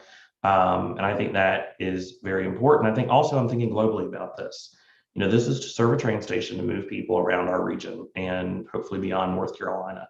That's taking cars off the road, which are wildly inefficient and emit a lot of carbon. It's going to help improve the air quality of the area with the greenway that's multimodal, that's also getting people out of cars. So even though it's not necessarily, you know, a function of the town to be able to say this one single building is, you know, 100% offset in some way, shape, or form in terms of our town operations, I think actually this train station has the ability to offset way more carbon than we would ever achieve just through building a building. And so, you know, I'm okay with coming off of that because I think we're thinking globally, we're thinking regionally. And, you know, if we can, you know, take some of those design components out, but knowing that if we find the funds, we can, you know, put the solar panels on there, we can do this, we can do that. I think that would be really good. On the other kind of options you've identified in 2, 3, 4, and 5, I think is really, I would say I would be okay with y'all looking at those options. But the one that I'm willing to budge a little bit on is definitely, you know, the net zero ready, because that does add, you know, that does add cost to the project, but there are ways to increase the efficiency and offset that carbon. That's not, you know, net zero. To me, I kind of think of net zero readiness based on what you said is kind of like the difference between having, you know, an energy efficient building that meets a lot of standards, but it's not LEED certified, but it meets a lot of standards. And so I'm okay with that part. Okay. Thanks, Rob. This is going to be an electric train, right? So I disagree with Matt a little bit and agree with Kathleen, where I feel like we have an opportunity to really make a statement and an example of how we can build a net zero ready building and utilize it. So I am not for reducing the design to not include net zero options or net zero readiness options. If there is a way to design it where we can add things on later, but in the initial design and construction, we may stub in or we build the roof so the structure is able to take on solar panels in the future. But that's, you know, built into the original design, but not necessarily built into the original design. Any kind of option that we, you know, that can serve us down the road, I think is worth looking at. But I think some of it is, I feel like we need to hear from staff about what are those town space needs, and how do you envision that incorporating that into this building, I think would be helpful, because I'm hearing that there are staff space needs, but do we have a plan of what exactly that looks like? Is that a certain department? Is it, I mean, I don't know. I'd like to hear of anything that you all think of what could there be, because I don't want to reduce the size of the building and take out that opportunity if that is truly, you know, what we're going to need in the future, because it's much harder to build it back if it's not, you know, not initially there. So I'd be interested to hear about that. And then also, again, I just feel again that, you know, this is a real opportunity to be creative and to, you know, put our money where our mouth is. And so I'm all for. That's a great point. We don't have an exact plan of who would move to the train station, but we are at capacity at the town hall campus. Some of the positions here are remote positions. Those positions were ever to come back, we would be short on office space. In the town hall building itself, we have people doubled up in offices and positions and position needs in the 3 to 5 year horizon in stormwater. And I'm not sure about planning, actually. I would have to defer to Shannon on that one. But I think the idea would be that one of the divisions that's currently at town hall would move to the train station. So you're talking about 2 to 3 people. Which division that is, I'm not sure, but that would provide some immediate and needed relief. And it puts staff in the building to keep their eyes on it, right? So that's another kind of important component, is that having a publicly accessible building without having any staff there, there's, you know, some risks and maintenance issues there. We do have a new facility coordinator, Rod Jones, which is just such a great position to have. I'm so thankful that he's here. And so this will be one of the buildings and of all of them that he'll be, you know, keeping up with and putting on preventative maintenance schedules and all of that stuff. So that reduces a little bit of the risk. The board meeting room takes up quite a bit of space. You know, we're talking, I think we were talking about, let me see, 2,000 to 2,500 square feet for meeting space and the storage that's needed for that meeting space. So that would be like storage for things like movable tables and chairs and other needs like that. So that's a pretty significant amount of space, but at the same time, it seems to me like our board meeting room doesn't always meet the needs of the board. And to tell you the truth, $4 to $5 million to build office space and a board meeting room is not astronomical. Like, that's a very reasonable facility cost. It's just not a cost that's in the current funding agreement. Okay, did that help a little bit, Rob? I'm sorry, I don't have an exact plan, but that's the current thinking. Okay, Jen. Oh, I'm sorry. No, that's fine. And I didn't expect you necessarily to have the answers to that at all. It's a big thing. So I'm confident, if for whatever reason we choose not to do net zero readiness, that there will be lots of green options in the building. But I would really like to see it net zero ready if at all possible. Well, and we have the team that we're working with has loads of experience with sustainability and green infrastructure and energy efficiency. And I have no doubt that even if we used sort of more of the conventional terminology for the building, that we would still be able to lay lots of conduit and get ourselves ready for things like solar panels. We can still probably do a lot of the work. It's just, it really does come down to that measurability of the work that we're doing. Right? Okay, Jen.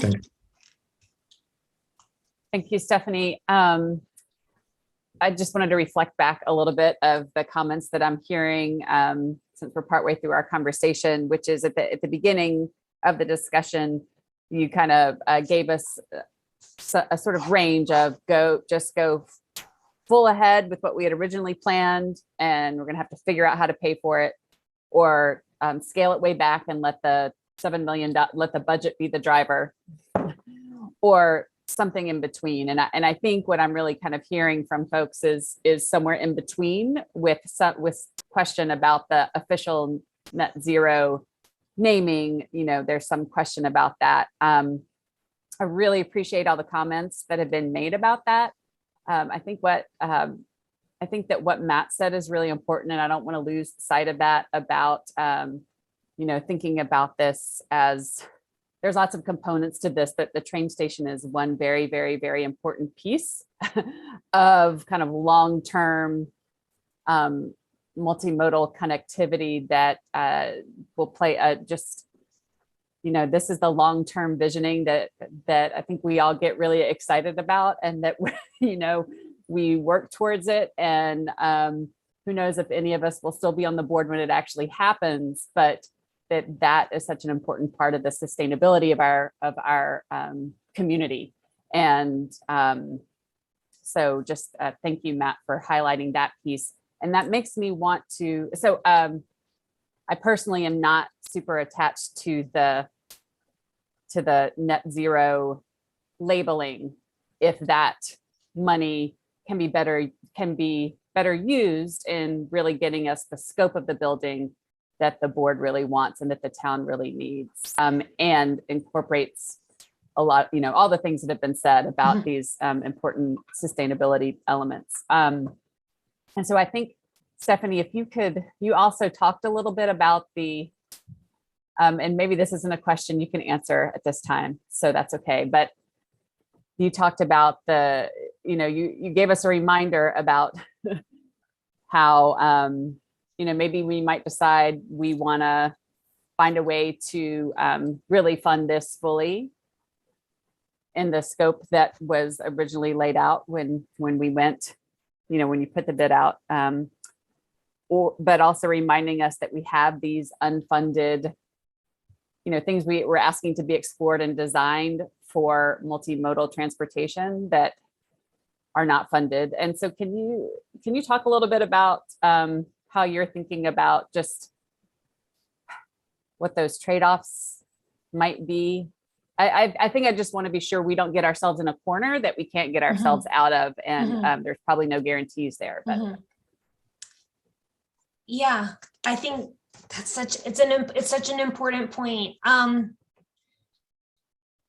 In my opinion, as your public space and sustainability manager, the greenway that connects downtown to the train station and Collins Ridge and Daniel Boone redevelopment and across the interstate into Waterstone and Beckett's Ridge and Cates Creek Park and Cornwalls Hills is really important from a long-term planning, sustainability, connectivity, accessibility, aging in place, public health, equity standpoint.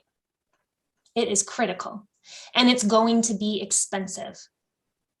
Much more expensive than Riverwalk was, because the barriers that we face are a river, a lot of bridges, a big hill that's right in the way, a railroad, and an interstate.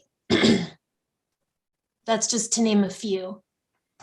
So we're going to, we need to get the design in place. I feel pretty confident. I hope I'm right, and Margaret can correct me if I'm wrong, that this planning project with using our MPO planning funds over the course of the next year can help us get a design and get some good estimates in place so that I can come back to you a year and a couple months from now and let you know what those costs are likely to be. I'm also very hopeful that there may be federal and state funding in the future to help with those kinds of bike and pedestrian projects, infrastructure grants and partnerships and so on and so forth. I guess, in my opinion, that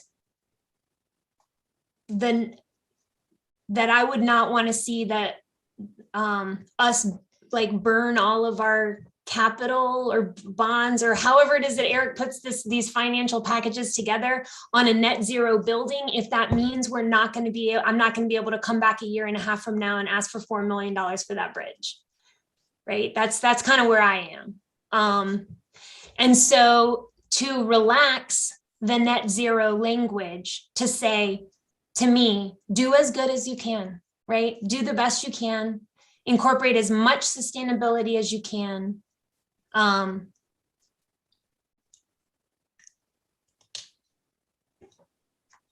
That to me seems to leave more doors open for funding some of those other critical pieces. That's an opinion. And I think that we still may need to bring additional money to the table beyond the 34,000 that we originally agreed to. And I won't necessarily be able to give you that number until we are further along in the design process. Does that help, Jen? Yeah, thank you. Kathleen? Again, I'm focused on the result. Whether it's net zero language or not, I'm not married to. I'm married to the result of what we do. You raised some really important parts. I mean, the Greenway is critically important. It is going to be expensive, but it goes back to I may be incorrect, but I think we're going to have to. We're going to have to do bonds anyway. I think for so much of our capital expense, including this as part of that, I'm okay with. I'd rather take time. I don't want to reduce the scope, to be honest. I understand there is a risk, but I'd rather take the risk and try to work to get to fulfill our vision and take a little bit longer. And to Matt's point, I do agree that this is part of a bigger picture. Absolutely. But I feel there is a temptation to do it now. And I'm not saying that's really true, but I think there's that little bit because we've been waiting to do this for so long. I still would rather take the time to but to plan and to aim for fulfilling our vision, even though it does take a little bit longer. We have to be more creative with the financing. But those are just my thoughts. We do have 6 years to deliver the project. It was 7 years when we started last February. So there is a clock that's ticking, but 6 years is quite a bit of time. I don't feel that we're under a lot of pressure. So thank you for raising that point. Matt? Yeah, thanks. You mentioned, of course, reminding us that part of the plan for the 7,500 square foot train station is inclusive of board meeting space. I assume that board meeting space would also, be similar to the meeting space in our annex. So our advisory boards and whatnot would use it as well. What is the hope for use of our current existing board meeting space? So like if for some reason we wanted to shrink the size of the building and we're losing the potential for a board meeting space at the train station, are we sacrificing a training room for staff? Are we sacrificing space that can be reconfigured for offices or that sort of thing? What's kind of the trade-off on that? Because that's not quite half the building over there currently, but maybe a third of the building. Yeah, and we don't have a space needs plan or a space needs analysis, but you are exactly right in that if we sort of hem ourselves into the board continuing to use the annex room, that means there's no room for expansion at the annex either for future staffing needs or additional conferencing or training needs. That room is built in such a way that it could be divided into offices if offices were needed. I think that the pandemic has kind of changed a lot about how people use office space. So we're still trying to, I think, even if we had done a space needs analysis 2 years ago, it might not be any good for us right now. It's just going to take some time, I think, for the management team to evaluate what those staffing and space needs will be. But having another meeting room, a larger meeting room that serves all of our advisory boards, plus the quarterly public hearing, plus your new quarterly meetings that you guys are going to have, and some community need, right? Being able to let maybe other groups utilize that space. Well, that frees us up then to determine what is the best use for that additional square footage at the annex. It gives some relief. And just as a follow-up and kind of like a sidecar, have we done I know when I worked at UNC, I did a lot of space planning and occupancy tracking where we looked at, what are all the rooms in our, in our department and who's in them and how are they being used on a regular basis. Do we have that kind of tracking currently, or is that going to be something that Rod's going to do as part of this new position that we have? Yeah, we have several versions of it from the past done by different departments at different times, but we don't have anything exactly up to date and in line with what the needs may be now that remote work is much more mainstream. Right. So obviously, as a part of our sustainability initiatives, that'll be one of the things that we look at from the facility standpoint, and probably one of the things that the management team continues to revisit and look at over time too. Yeah. And Matt, what we have is things that have been done by staff using kind of conventional wisdom and our best efforts, not something that we've ever hired a design professional for, because it's just always felt like an unnecessary expense. To go out and get, truly professional help on that, when our staffing situation always seems to be pretty fluid in terms of what's going where and when. And just for a second, while I have the floor, is remember that we have land adjacent to the annex that wants to be some sort of public safety building.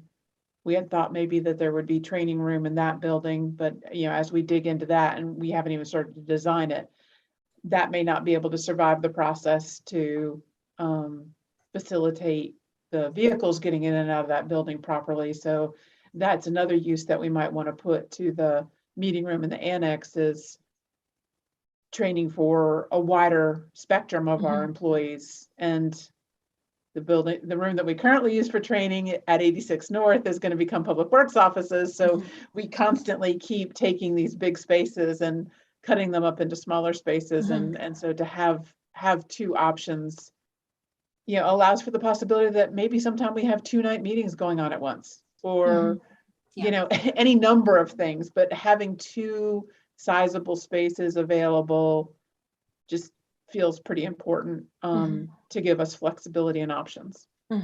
Yeah, I think Margaret's exactly right. In the past, when different departments and different versions of the staff have done these sort of internal space needs, we've always been able to come up with a recommendation in the end to utilize what we have a little bit better and squeeze people in, right? We've been doing that over and over and over again.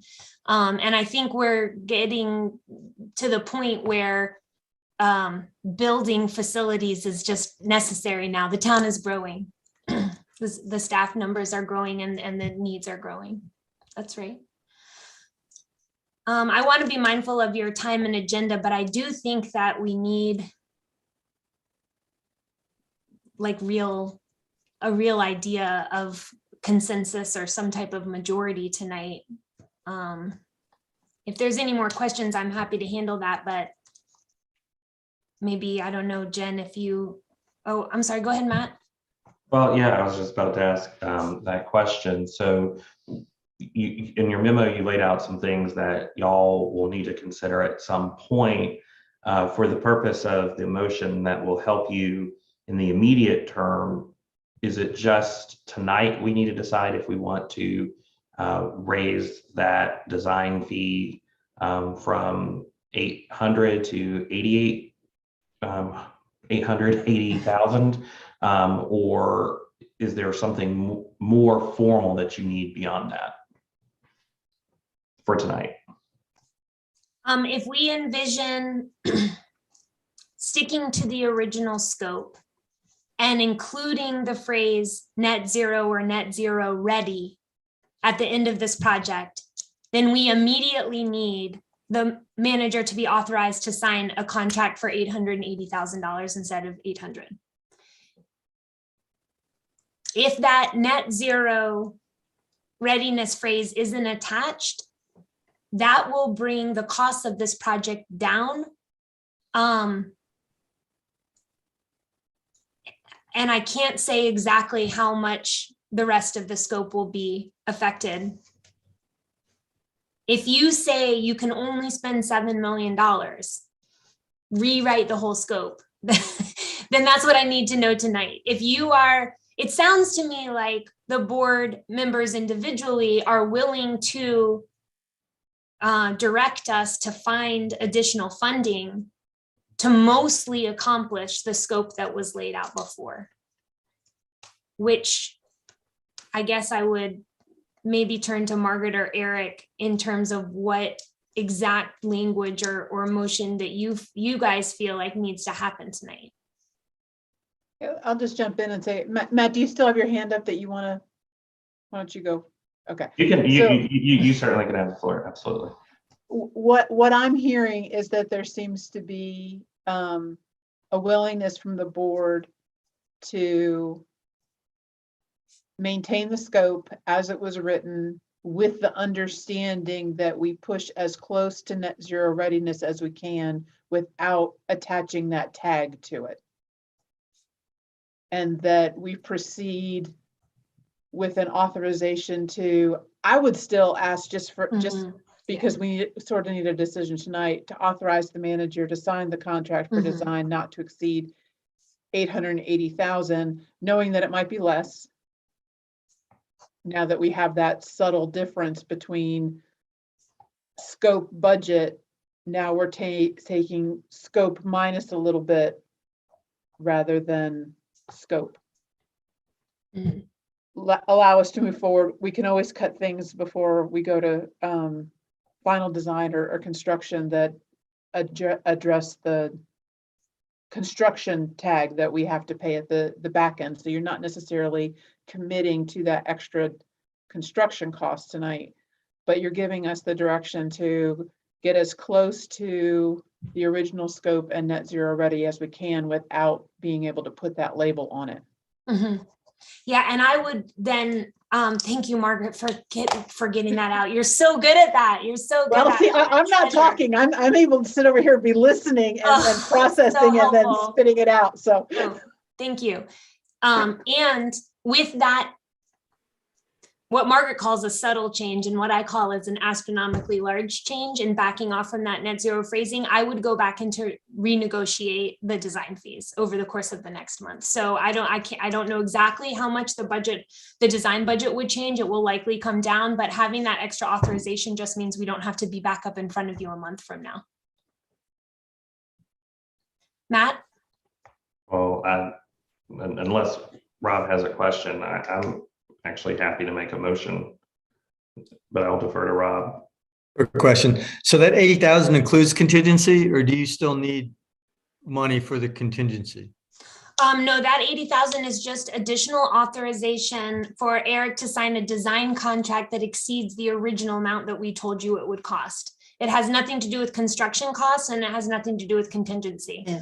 And the original amount though doesn't include contingency. We don't need contingency on the design fee. No, that contingency would come when we were approaching construction. Well, I'm fine taking the language out of it because I trust that you will build it as green as possible. But if that's the hang up and it's I'm okay deleting that wordage, knowing that in spirit we are going to build as efficient and green a building as possible. So that's all you, Matt.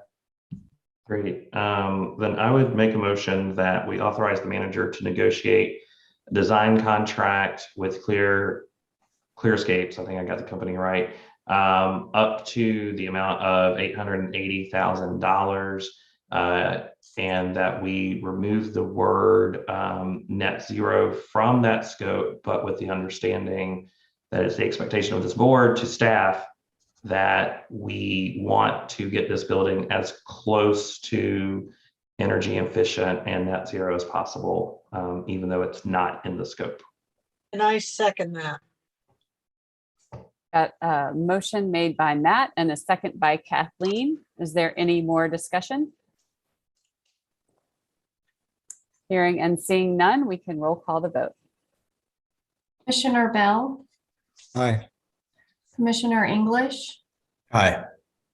Commissioner Ferguson, Aye. Commissioner Hughes, Aye. Commissioner Lloyd, Uh, And that passes unanimously.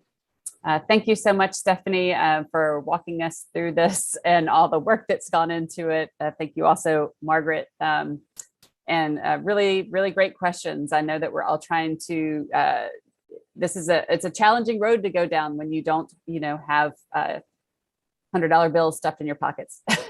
So thanks for all that. We look forward to the next iteration. Thank you guys for taking on this topic on, short notice without a lot of warning and giving us a clear path forward. So thank you. And Matt, is your hand up by mistake or, okay. All right. So moving on next to item 7E, which is a discussion of commissioner requested topics, which as the town manager said in his email, suggesting this to us, I think is a great idea. Margaret, thank you for bringing this up, providing space to think about some of these topics that board members think of in the in-between meeting time, and to help us figure out when and if we want to talk about them as a group. So And I will is turn it this over the- to you. Is this the time though that I can, because I failed to send on my email with a couple of topics to include in the mix? Yes, I just wanted to start off with saying is a week and a half ago when we had the meeting to set your agenda, it looked like a somewhat light agenda. And so we said, hey, and it was actually Chief Hampton who said, well, the board always has the stuff that they want us to talk about and we don't ever talk about it. Maybe we could talk about it. And so I just turned that into the actual request. So that was the genesis of the request. But yes, Kathleen, now is the perfect time for you to, so you have, we got a list from Commissioner Bell and one from Commissioner Hughes, and Commissioner Ferguson is getting ready to give us her list, and then we can see what we want to do with said list. Yes, and first of all, I have to thank Commissioner Bell because he hit one of them. But also dark sky, Apex is doing some dark sky ordinances. They're really looking at that, and I'd like for us to take a look at that and how we can do that. The other piece is, I know we're talking about meeting rooms, but how can we meet out in the neighborhoods on a periodic basis? And when I say this, I'm not saying every meeting, and I'm not, but that periodically we are, we find ways, if it's meeting at Forage Ridge, or we're meeting at Cornwallis Hills, or we're meeting up in Fairview, or wherever, but we find ways to go to the community once we're in person again, rather than expecting the community coming to us. So I just want to include that in the mix. And participatory budgeting is always on my list, and really looking at some point a youth council and looking at that. I'm not expecting that and would never expect that immediately, but there's something forward looking so that we can look ahead of how do we include the voices of those, for the future of our community. So that was just a starter list right now. So thank you.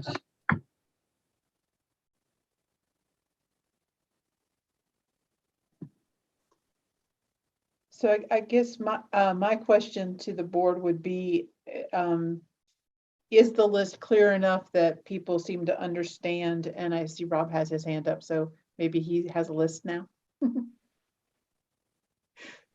Or some suggestions. Yes, I have a list, the small list, because some of them are overlap. But one of the things I'd like to talk about and discuss and figure out if something we could do is funding, providing public Wi-Fi to our community parks, and possibly additionally Fairview with a partnership with the county, but I'd like to explore if we can make those spaces accessible to Wi-Fi. Can I just interrupt? When you say Fairview, do you mean Fairview Community or Fairview Park? I was thinking Fairview Park. That's why we would need the partnership with the county. Check. Yeah, but that's, yeah. And I know all of you are aware of some of the bike and pedestrian safety things that Chapel Hill has been dealing with lately too. So I'd like to just talk about some of our areas in Hillsborough that aren't very bike and pedestrian friendly, and how we can make those safer spaces. And I'll just throw out one more for now. And again, this is just stuff that's popping in my head. But Kathleen mentioned the getting out in the community. So just ways that we can continue to kind of increase community engagement and getting to places that if people aren't able to come to us or access us, how we can access them more readily. And then lastly, I'd love to find a way that we can have, similar to kind of a dedicated path to affordable housing that Mark had mentioned, is similar for bike and pedestrian infrastructure, of how we can find, you know, a creative way to be able to fund all these things that we're going to need, that we do need, and that we you know, hope to build in the future. But I'll leave it at that, even though I've got a couple more. But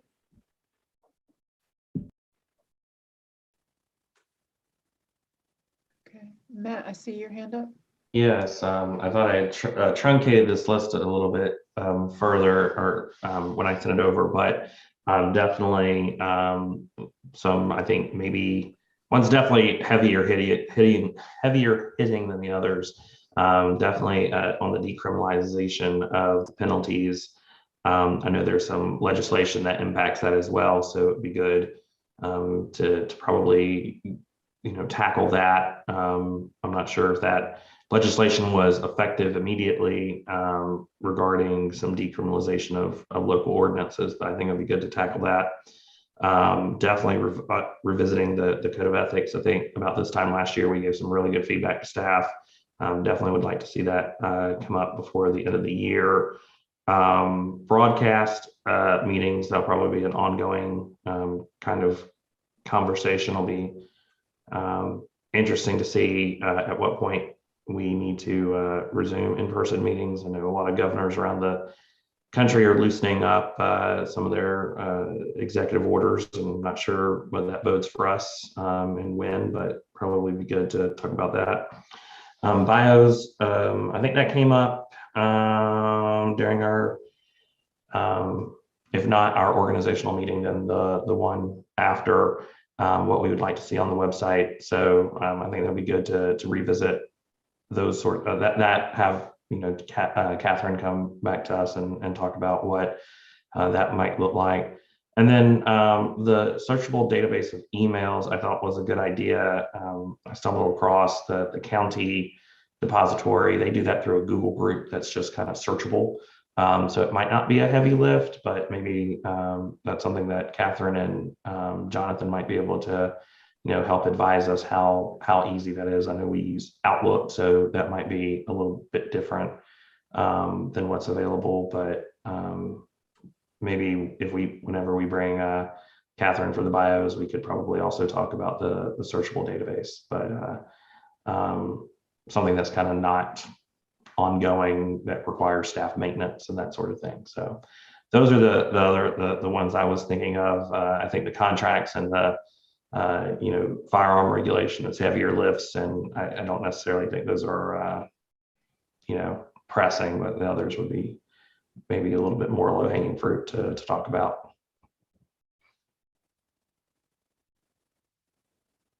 Matt, quick question about the searchable emails. I'd never heard of that before. Mm-hmm. So there'll be a database of any email that we receive on our contact form that Yeah, email? so the history of this for both the town of Chapel Hill and the county commissioners actually came from former Commissioner Penny Rich when she was on both of those bodies. And I don't know how Chapel Hills works. I know the commissioners, the county commissioners, it is like a public Google group, and you can just see any email that's sent to a distribution group. But yeah, basically it's, anyone who sends an email either through the contact form or something like all BOCC, blah, blah, blah, whatever the rest of the domain is. So folks can also send an email directly, and it gets captured. And I think sometimes folks don't know their emails are public records that they send to us, but it would be, anything sent to all of us, essentially. So I think it would be as simple as setting up like an email address that's a distribution link, distribution address that then can get stored on something like Google Groups, or I don't know what all exists out there. I just know the county uses Google, but yeah, that's kind of the idea.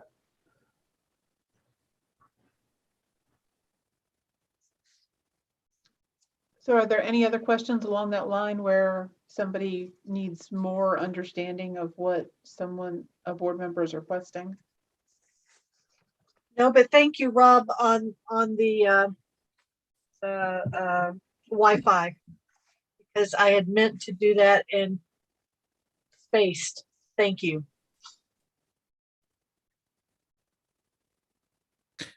I want to, Margaret, I'd like to amend the second bullet under my list and about the noise ordinance as it pertains to lawn equipment. I think that really bleeds into a larger discussion about noise pollution. So it's not just lawn equipment that I've heard about from multiple people and businesses, but there seems to be an increase in loud noises all around the downtown area. So I would like to amend that to say noise ordinance as it pertains to lawn equipment and motor vehicles.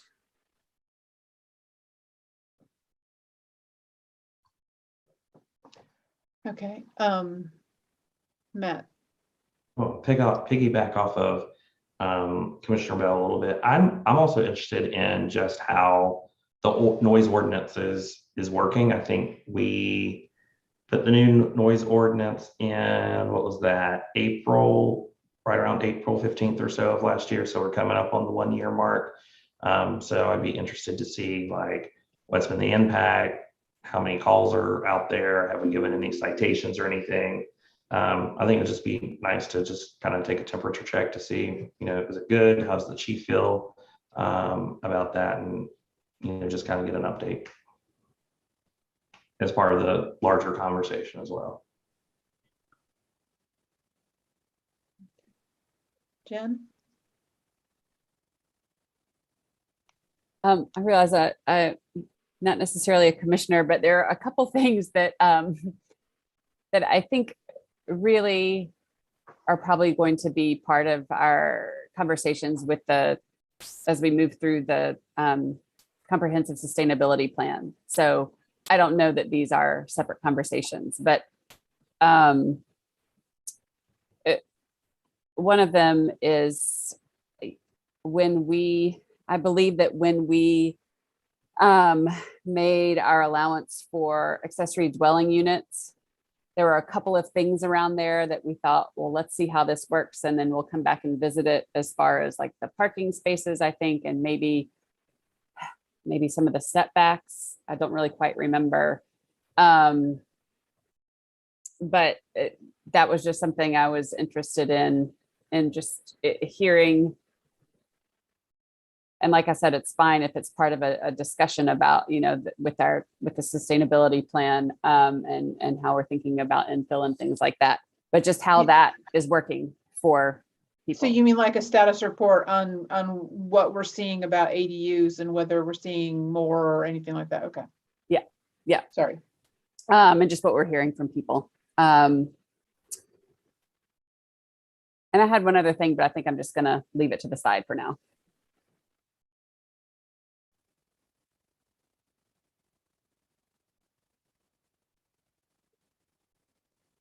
Initially, when this was a short agenda and I thought we were going to have lots of time to discuss, I thought we might be able to prioritize these tonight in light of it being 9:30.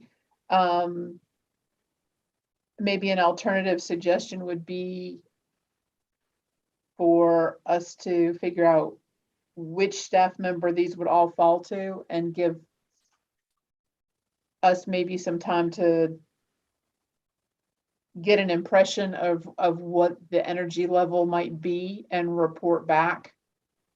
And then based on that, perhaps you can prioritize them. And, maybe some of these are quick, like, Kathleen asked about the dark sky, that's just something we assign to the planning board. That's their job. That's an ordinance thing. That's a development code thing. This board doesn't need to handle it. We can just let them know that it's something that's been on their to-do list for years as well. So it's kind of already in the hopper, so to speak. That's good. Well, I know that Apex is actually working on their ordinances. And I thought it was a good opportunity to, if we could take advantage of their efforts and not reinvent wheels. Yeah. And so just basically to have all of these in one place, let the various department and division heads that these influence look at them, give some sort of impression of what the level of effort would be to attack them.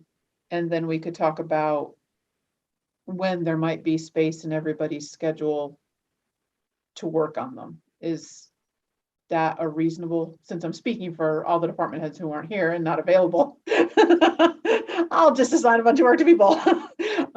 Does that seem like a reasonable thing? And then when we're talking about the budget, some of these are budgetary related, maybe a few of them end up on the retreat. And then we figure out, I think the workshop for February is really booked, but perhaps we could bring this back at either March or the March workshop and talk about what it sort of looks like in terms of what, when and how we might be able to attack some of these things.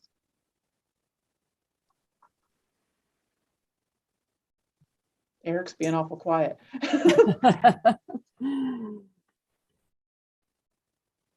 Matt? One last one, I promise, and that is social districts. I know I thought maybe because I had mentioned it before, it was going to be on this list tonight, but just looking at the social districts, I know that kind of comes into play with Shannon. I don't know if maybe Shannon using the tourism board also, because of the food and beverage implications of it, might be good to kind of use them as a sounding board. Give them something a little extra to do too. Might be good, but I know there are other communities implementing this slowly but surely. And so, sometime throughout the year, kind of, or at least getting the ball rolling of like, what's Wilmington doing? What's Salisbury doing? What's Greensboro doing?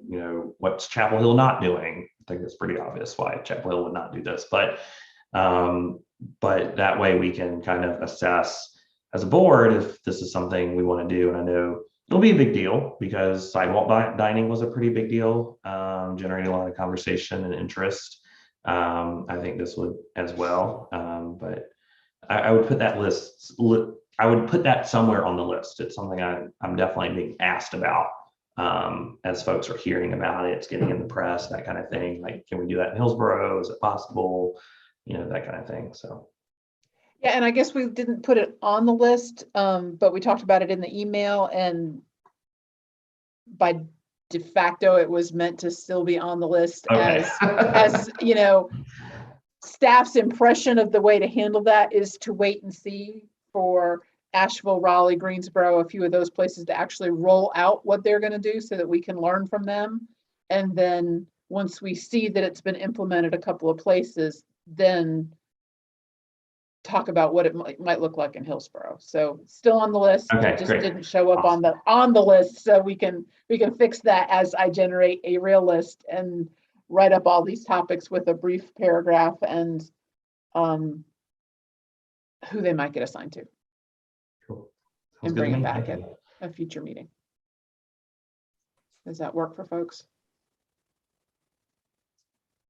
Okay, that's what we'll do.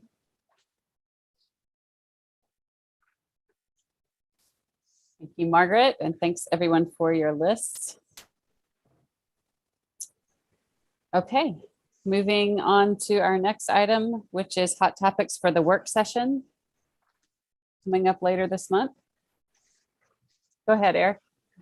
So right now we've got three items. The mayor's task force on reimagining public safety. Chief Hampton has a draft report. The one he sent to me, he said it was like draft 621, and he's been spending a lot of time on it in between juggling everything else that he's got going on. But so he should be ready to have a draft report for board feedback as far as the next step on this ongoing discussion. And I think it was just mentioned a few minutes ago, town board email, signature, individual pages. So we'll have more discussion on that. And then the last item will be Jen Della Valle is, I think, having a meeting maybe this week with the mayor and and maybe I think Margaret about proposed retreat agenda that her and Emily have been working on. So those are the three items we've got right now. So that should probably make for a full evening. That sounds like plenty, unless Stephanie comes up with new items that she's going to put on there for us. I'm just kidding. That sounds great. Thank you.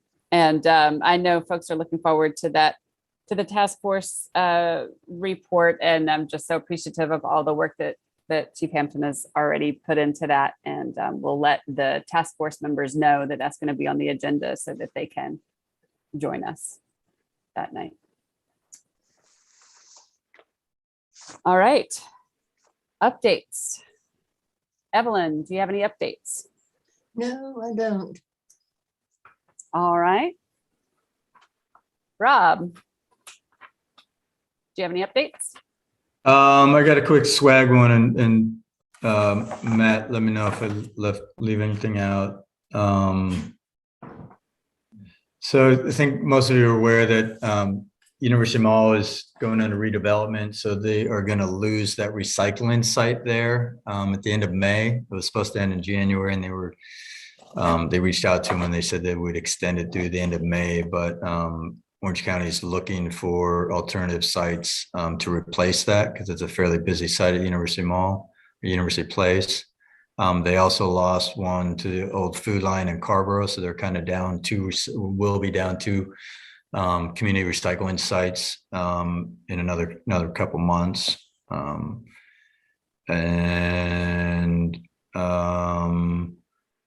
They talked about the Glass on the Side program. This is where they're collecting glass from bars and restaurants, and they're taking that glass to Wilson and having it processed there, and it that's increased like 15% this year. They've recycled about 830 tons of glass, and then but it's been very successful for them in terms of freeing up space that they have in-house and taking that to somewhere else to be processed. There's RFP has been out for solid waste master plan. They selected a vendor, and it looks like they're on an 18-month timeline from January 22 to June 23 to have that completed. And there was some discussion, talk about waste recovery facility in Orange County instead of schlepping our waste to someone else, that we really need to find a way to deal with our own waste in our own space. So I know that will continue. And then the last thing, it's not really a question or a comment, but I know that Ken went to these meetings in the past, and I don't know if it's possible. I think it'd be helpful at some point to have Dustin there if he can make it. I know both Public Works directors from Town of Chapel Hill. I don't know if I actually seen the Carver one, but are there. But just to kind of be a part of that solid waste discussion, I think is important. So I'd encourage Dustin or somebody from Public Works to be there if they can, and if not, if they want to, meet with Matt and I, more than happy to share that information with them too. That's all I have. Yeah, I'll pass that along. We had just been waiting for feedback from you two on whether or not that was Gotcha. that was desired. So I will pass Oh, that along. I'm all for it. Yeah, absolutely. But I know, everybody's busy too, so I know it's got to pick and choose sometimes, but I think it would be excellent to have it in there. Thank you, Rob. Matt. Rob said everything great about swag. So the recycling program is great. That actually spun off from a similar program for apartment complexes that Blair Pollock helped launch before he retired, where the glass recycling is set aside.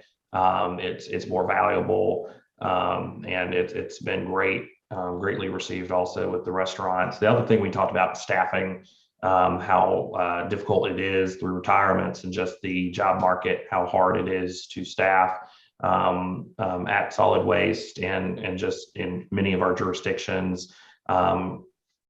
Salaries are going up, it's more competitive. Folks are voting with their feet. And I think there's some folks who've been recruited away from neighboring jurisdictions. I think maybe we may have recruited someone away from Orange County. It's very competitive. And so that's definitely impacting, solid waste in the county for sure. So there's that. And then also tourism board, there was a lot of concern about, frankly, just the fact that we seemingly have increasing food and beverage tax collection rates. It's better than last year. It's better than the year before that, and basically every year since and before the pandemic. So there were some concerns about, really where are those dollars coming from? One thought is it's coming from fast food. People are eating fast food a lot more. You see many of our fast food restaurants with, lines during peak hours. But a lot of our sit-down restaurant folks are not seeing that same type of increase, and they're stretched with, fewer staff. One of our board members said, he's working with 30% less staff than he did a year ago. So, some folks are having a hard time reconciling why our taxes seem to be, collecting at a higher rate, but the sit-down restaurants aren't. So really looking at maybe heat mapping a little bit, because we can't reveal exactly what specific businesses are collecting, but maybe heat mapping different parts of town to see where are the collection rates, as well as the type of cuisine that is generating more revenue, so that we can more specifically target the efforts to maybe get some tourism focus in other parts of town. So that's something that was pretty positive, and hopefully we can bring to fruition. And then also, you all heard about the water and sewer, request for a quarterly meeting. So that was my big update, but we have already talked about that. So I have a question for you, Matt. Yeah, sure. You're talking about the food and beverage. Is that capturing catering? Because there's I believe the caterers are having to feed into the taxes.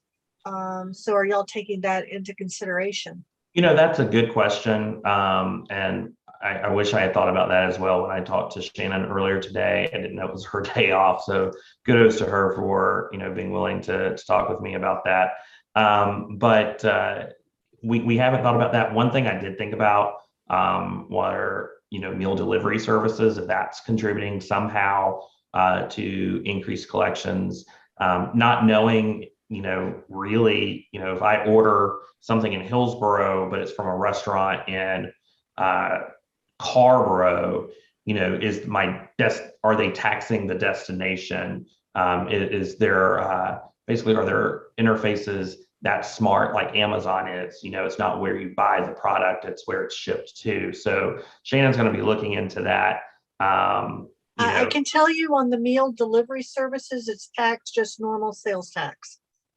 Yeah, so we're thinking about, so there's the outside of town deliveries, but then also, could it be maybe there's some double taxation in some of those meal delivery services, but certainly going to be looking at that more closely and see if maybe there's some strange anomaly in the data about that. One, the TDA several years ago used something called AirDNA to see if Airbnb and some of these other companies were remitting the taxes to us. And so I asked Shannon if there's a similar kind of program for DoorDash and Uber Eats, and using that kind of data to see if we're collecting what we're supposed to from those delivery services. And that's something she's also going to look into. Well, thanks. Matt, I have a Visitors Bureau meeting on Wednesday, and I'll make sure that we kind of ask a similar kind of question for the county as a whole. Have they dug in to see where specifically things are looking good versus maybe others that are struggling more? Yeah, I'd love to see that. We'll connect with that. Let you know. Thank you, Matt. Mark. Food Council met last week. Nothing major to report. And Jen, I will defer to you about the MPO report. That's it. Thanks, Mark. Kathleen. So on Triangle J, we're continuing on with our strategic planning. And just as the role of food councils and the activities there are really that is gaining strong traction. It's certainly had a good foundation for several years now, but I'm anticipating that it's going to take a further rise in our strategic priorities, but that's kind of exciting. And one of the things is the Orange County Opioid Task Force, and I do sit on that. And so really, with the receipt of those funds, of the settlement funds, really looking at that task force and structure operations and heading towards following in the footsteps of the partnership, the other collaboratives that we have, Partnership in Homelessness, the Food Council, all of those. So that is growing, and so I'll keep this group posted, because that may end up on the dockets of our boards at some point. I just don't know yet.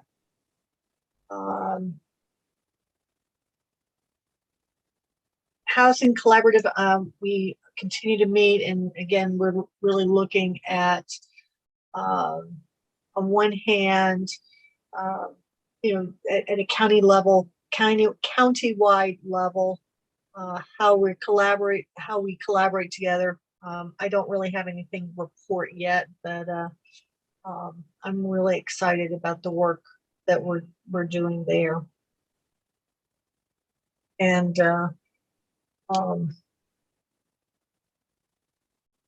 that's all for right now. Kathleen, is the collaborative, are y'all doing work on the mobile home parks? Yes. Awesome. Yes. Is there anything to report back about that yet? If not, it's fine. I'm just curious how that's going. Sorry. So, there's without belaboring it, I apologize. There's the overall plan, but we're also, in hand of the plan, we've engaged with Rock, it's the resident-owned communities. I'm really trying to get them involved.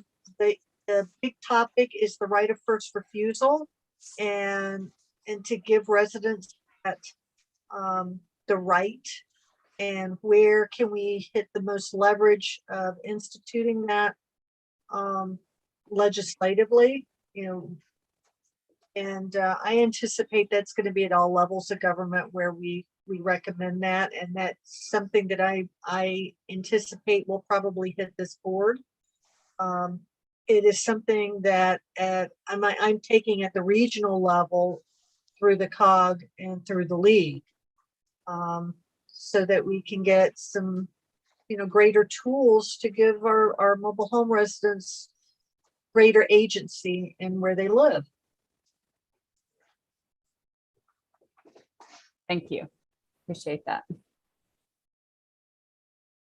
right, I think that I hit everyone, and my updates are the big news from MPO this month is that the board approved the 2050 MTP, and that just included lots of additional work on the part of the MPO staff in trying to adapt and change that plan in the long term to more closely align with the goals and values of the MPO. And so I think everybody feels excited about that, and still a lot to learn and unfold over the next couple of decades, but that was a big moment. And the new executive director search continues, and the bulk of the governance study items will be the structural things will really be implemented when there's a new executive director, which won't be until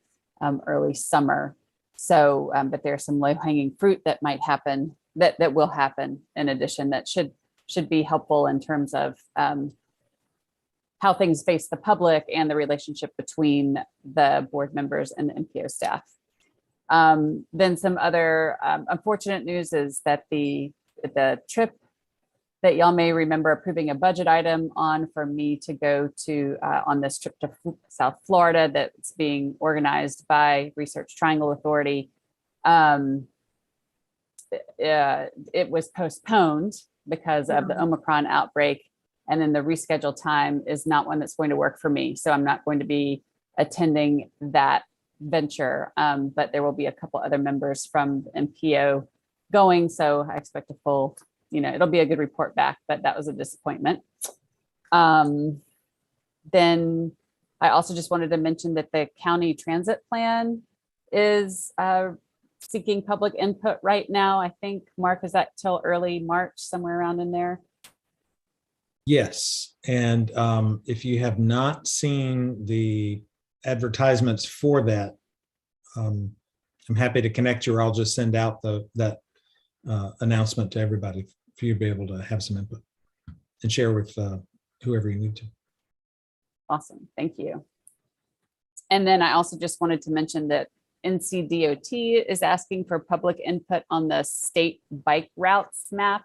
I'm not sure how long that's going on, and I can actually, I'll quickly drop that link in the chat here, something that you can fill out yourself or share with others in your networks. And those are all my updates. Oh, I did just want to mention that Margaret and I met with a couple of the folks from the, now I'm going to mix up all my acronyms, from the Affordable Housing Coalition, not the collaborative group, the coalition, who sent the email about the 2 cents for housing, and we just took the opportunity to chat with them about their goals, the work that they're doing, and just build a relationship there. And so thank you to Margaret for making herself available. And that now is all my updates. One other thing I forgot, which is City Vision in April. I encourage that, and I am going to be doing a presentation for women in municipal government on the COGS. And so Women in municipal government is open to staff and electeds both. And so I just encourage folks to be, it's just a different way to be involved. But City Vision is the last, I believe it's the next to the last week in April. I always get confused if it's the last week or the next to the last week. Thank you. And we are in the home stretch here, Matt. This is just a question for Margaret. I know I think you and other staff members were meeting with folks with the railroad. Did we ever get a question or an answer about the utility conversation that we had at one point about the change in I'm going to call it access fee, but that's not what it is. Right. No, in the meeting that we had a very good meeting. And that fee was a little bit tangential to our conversation, so it didn't come well to ask pointedly about it. So no, we have not gotten a pointed firm answer on that. Okay, thank you. All right. Any report from the town manager? No report, but a minor point of levity, but have some information this evening. If sometimes people give feedback about the board meeting, and I think when everybody was speaking tonight, staff and board, there were moments where I was either wincing in pain or yawning. So if people go, your manager was like yawning when you were talking, or wincing, like, oh, he hates net zero, or it's obviously the little injury that I sustained. So it was like, no ulterior motives, just coping. Eric, you clearly don't have good enough drugs, and you've got to correct that. Yeah. If only I knew somebody who was like really good in the drug industry. I know. Put that in the searchable I'm email impressed database. that you are sitting and can have a smile on your face, given what you went through, and hope you are taking care of yourself. Yeah, we're glad you're on the mend. Yes. We are glad you are on the mend, for sure. And we have staff reports in our packet. Any additional staff reports, Margaret? Just a late breaking option this afternoon or this morning, we got an offer from TJ Cog to participate in the Solarize the Triangle. Board members may remember that we participated in Solarize Orange a number of years ago. And so for a very nominal fee of about $259, we are able to participate in Solarize the Triangle. And we thought that that was something y'all would support. And so we just made it happen and just thought we'd let you know tonight. So that's. Margaret, can you just remind us what that means? What that does is, so the COG is going to act as an agent for a number of communities and get an RFP from solar installers so that when it rolls out, homeowners will be able to say, I'm participating in Solarize the Triangle, go to this one vendor, they'll be vetted, and through bulk purchasing, their price to have solar installed on their home will be, will leverage that bulk pricing. So more to come. Awesome. Thank you. And that brings us to the end. And it is time to adjourn. And Bob, here we are 2 years later. I want to ask you this question, is that in the other meetings that I am in, nobody else roll calls adjournment at the end of the meeting. And I thought that you had told me long ago that I needed to roll call, which I'm happy to do. But if we don't have to, we don't have to keep continuing. You don't have to roll call the end of the meeting. You can gavel us out. All right. Bang, bang. I will. This meeting is adjourned. Thank you, everyone. And we'll see you next time. Thank you. Yeah. Bye-bye.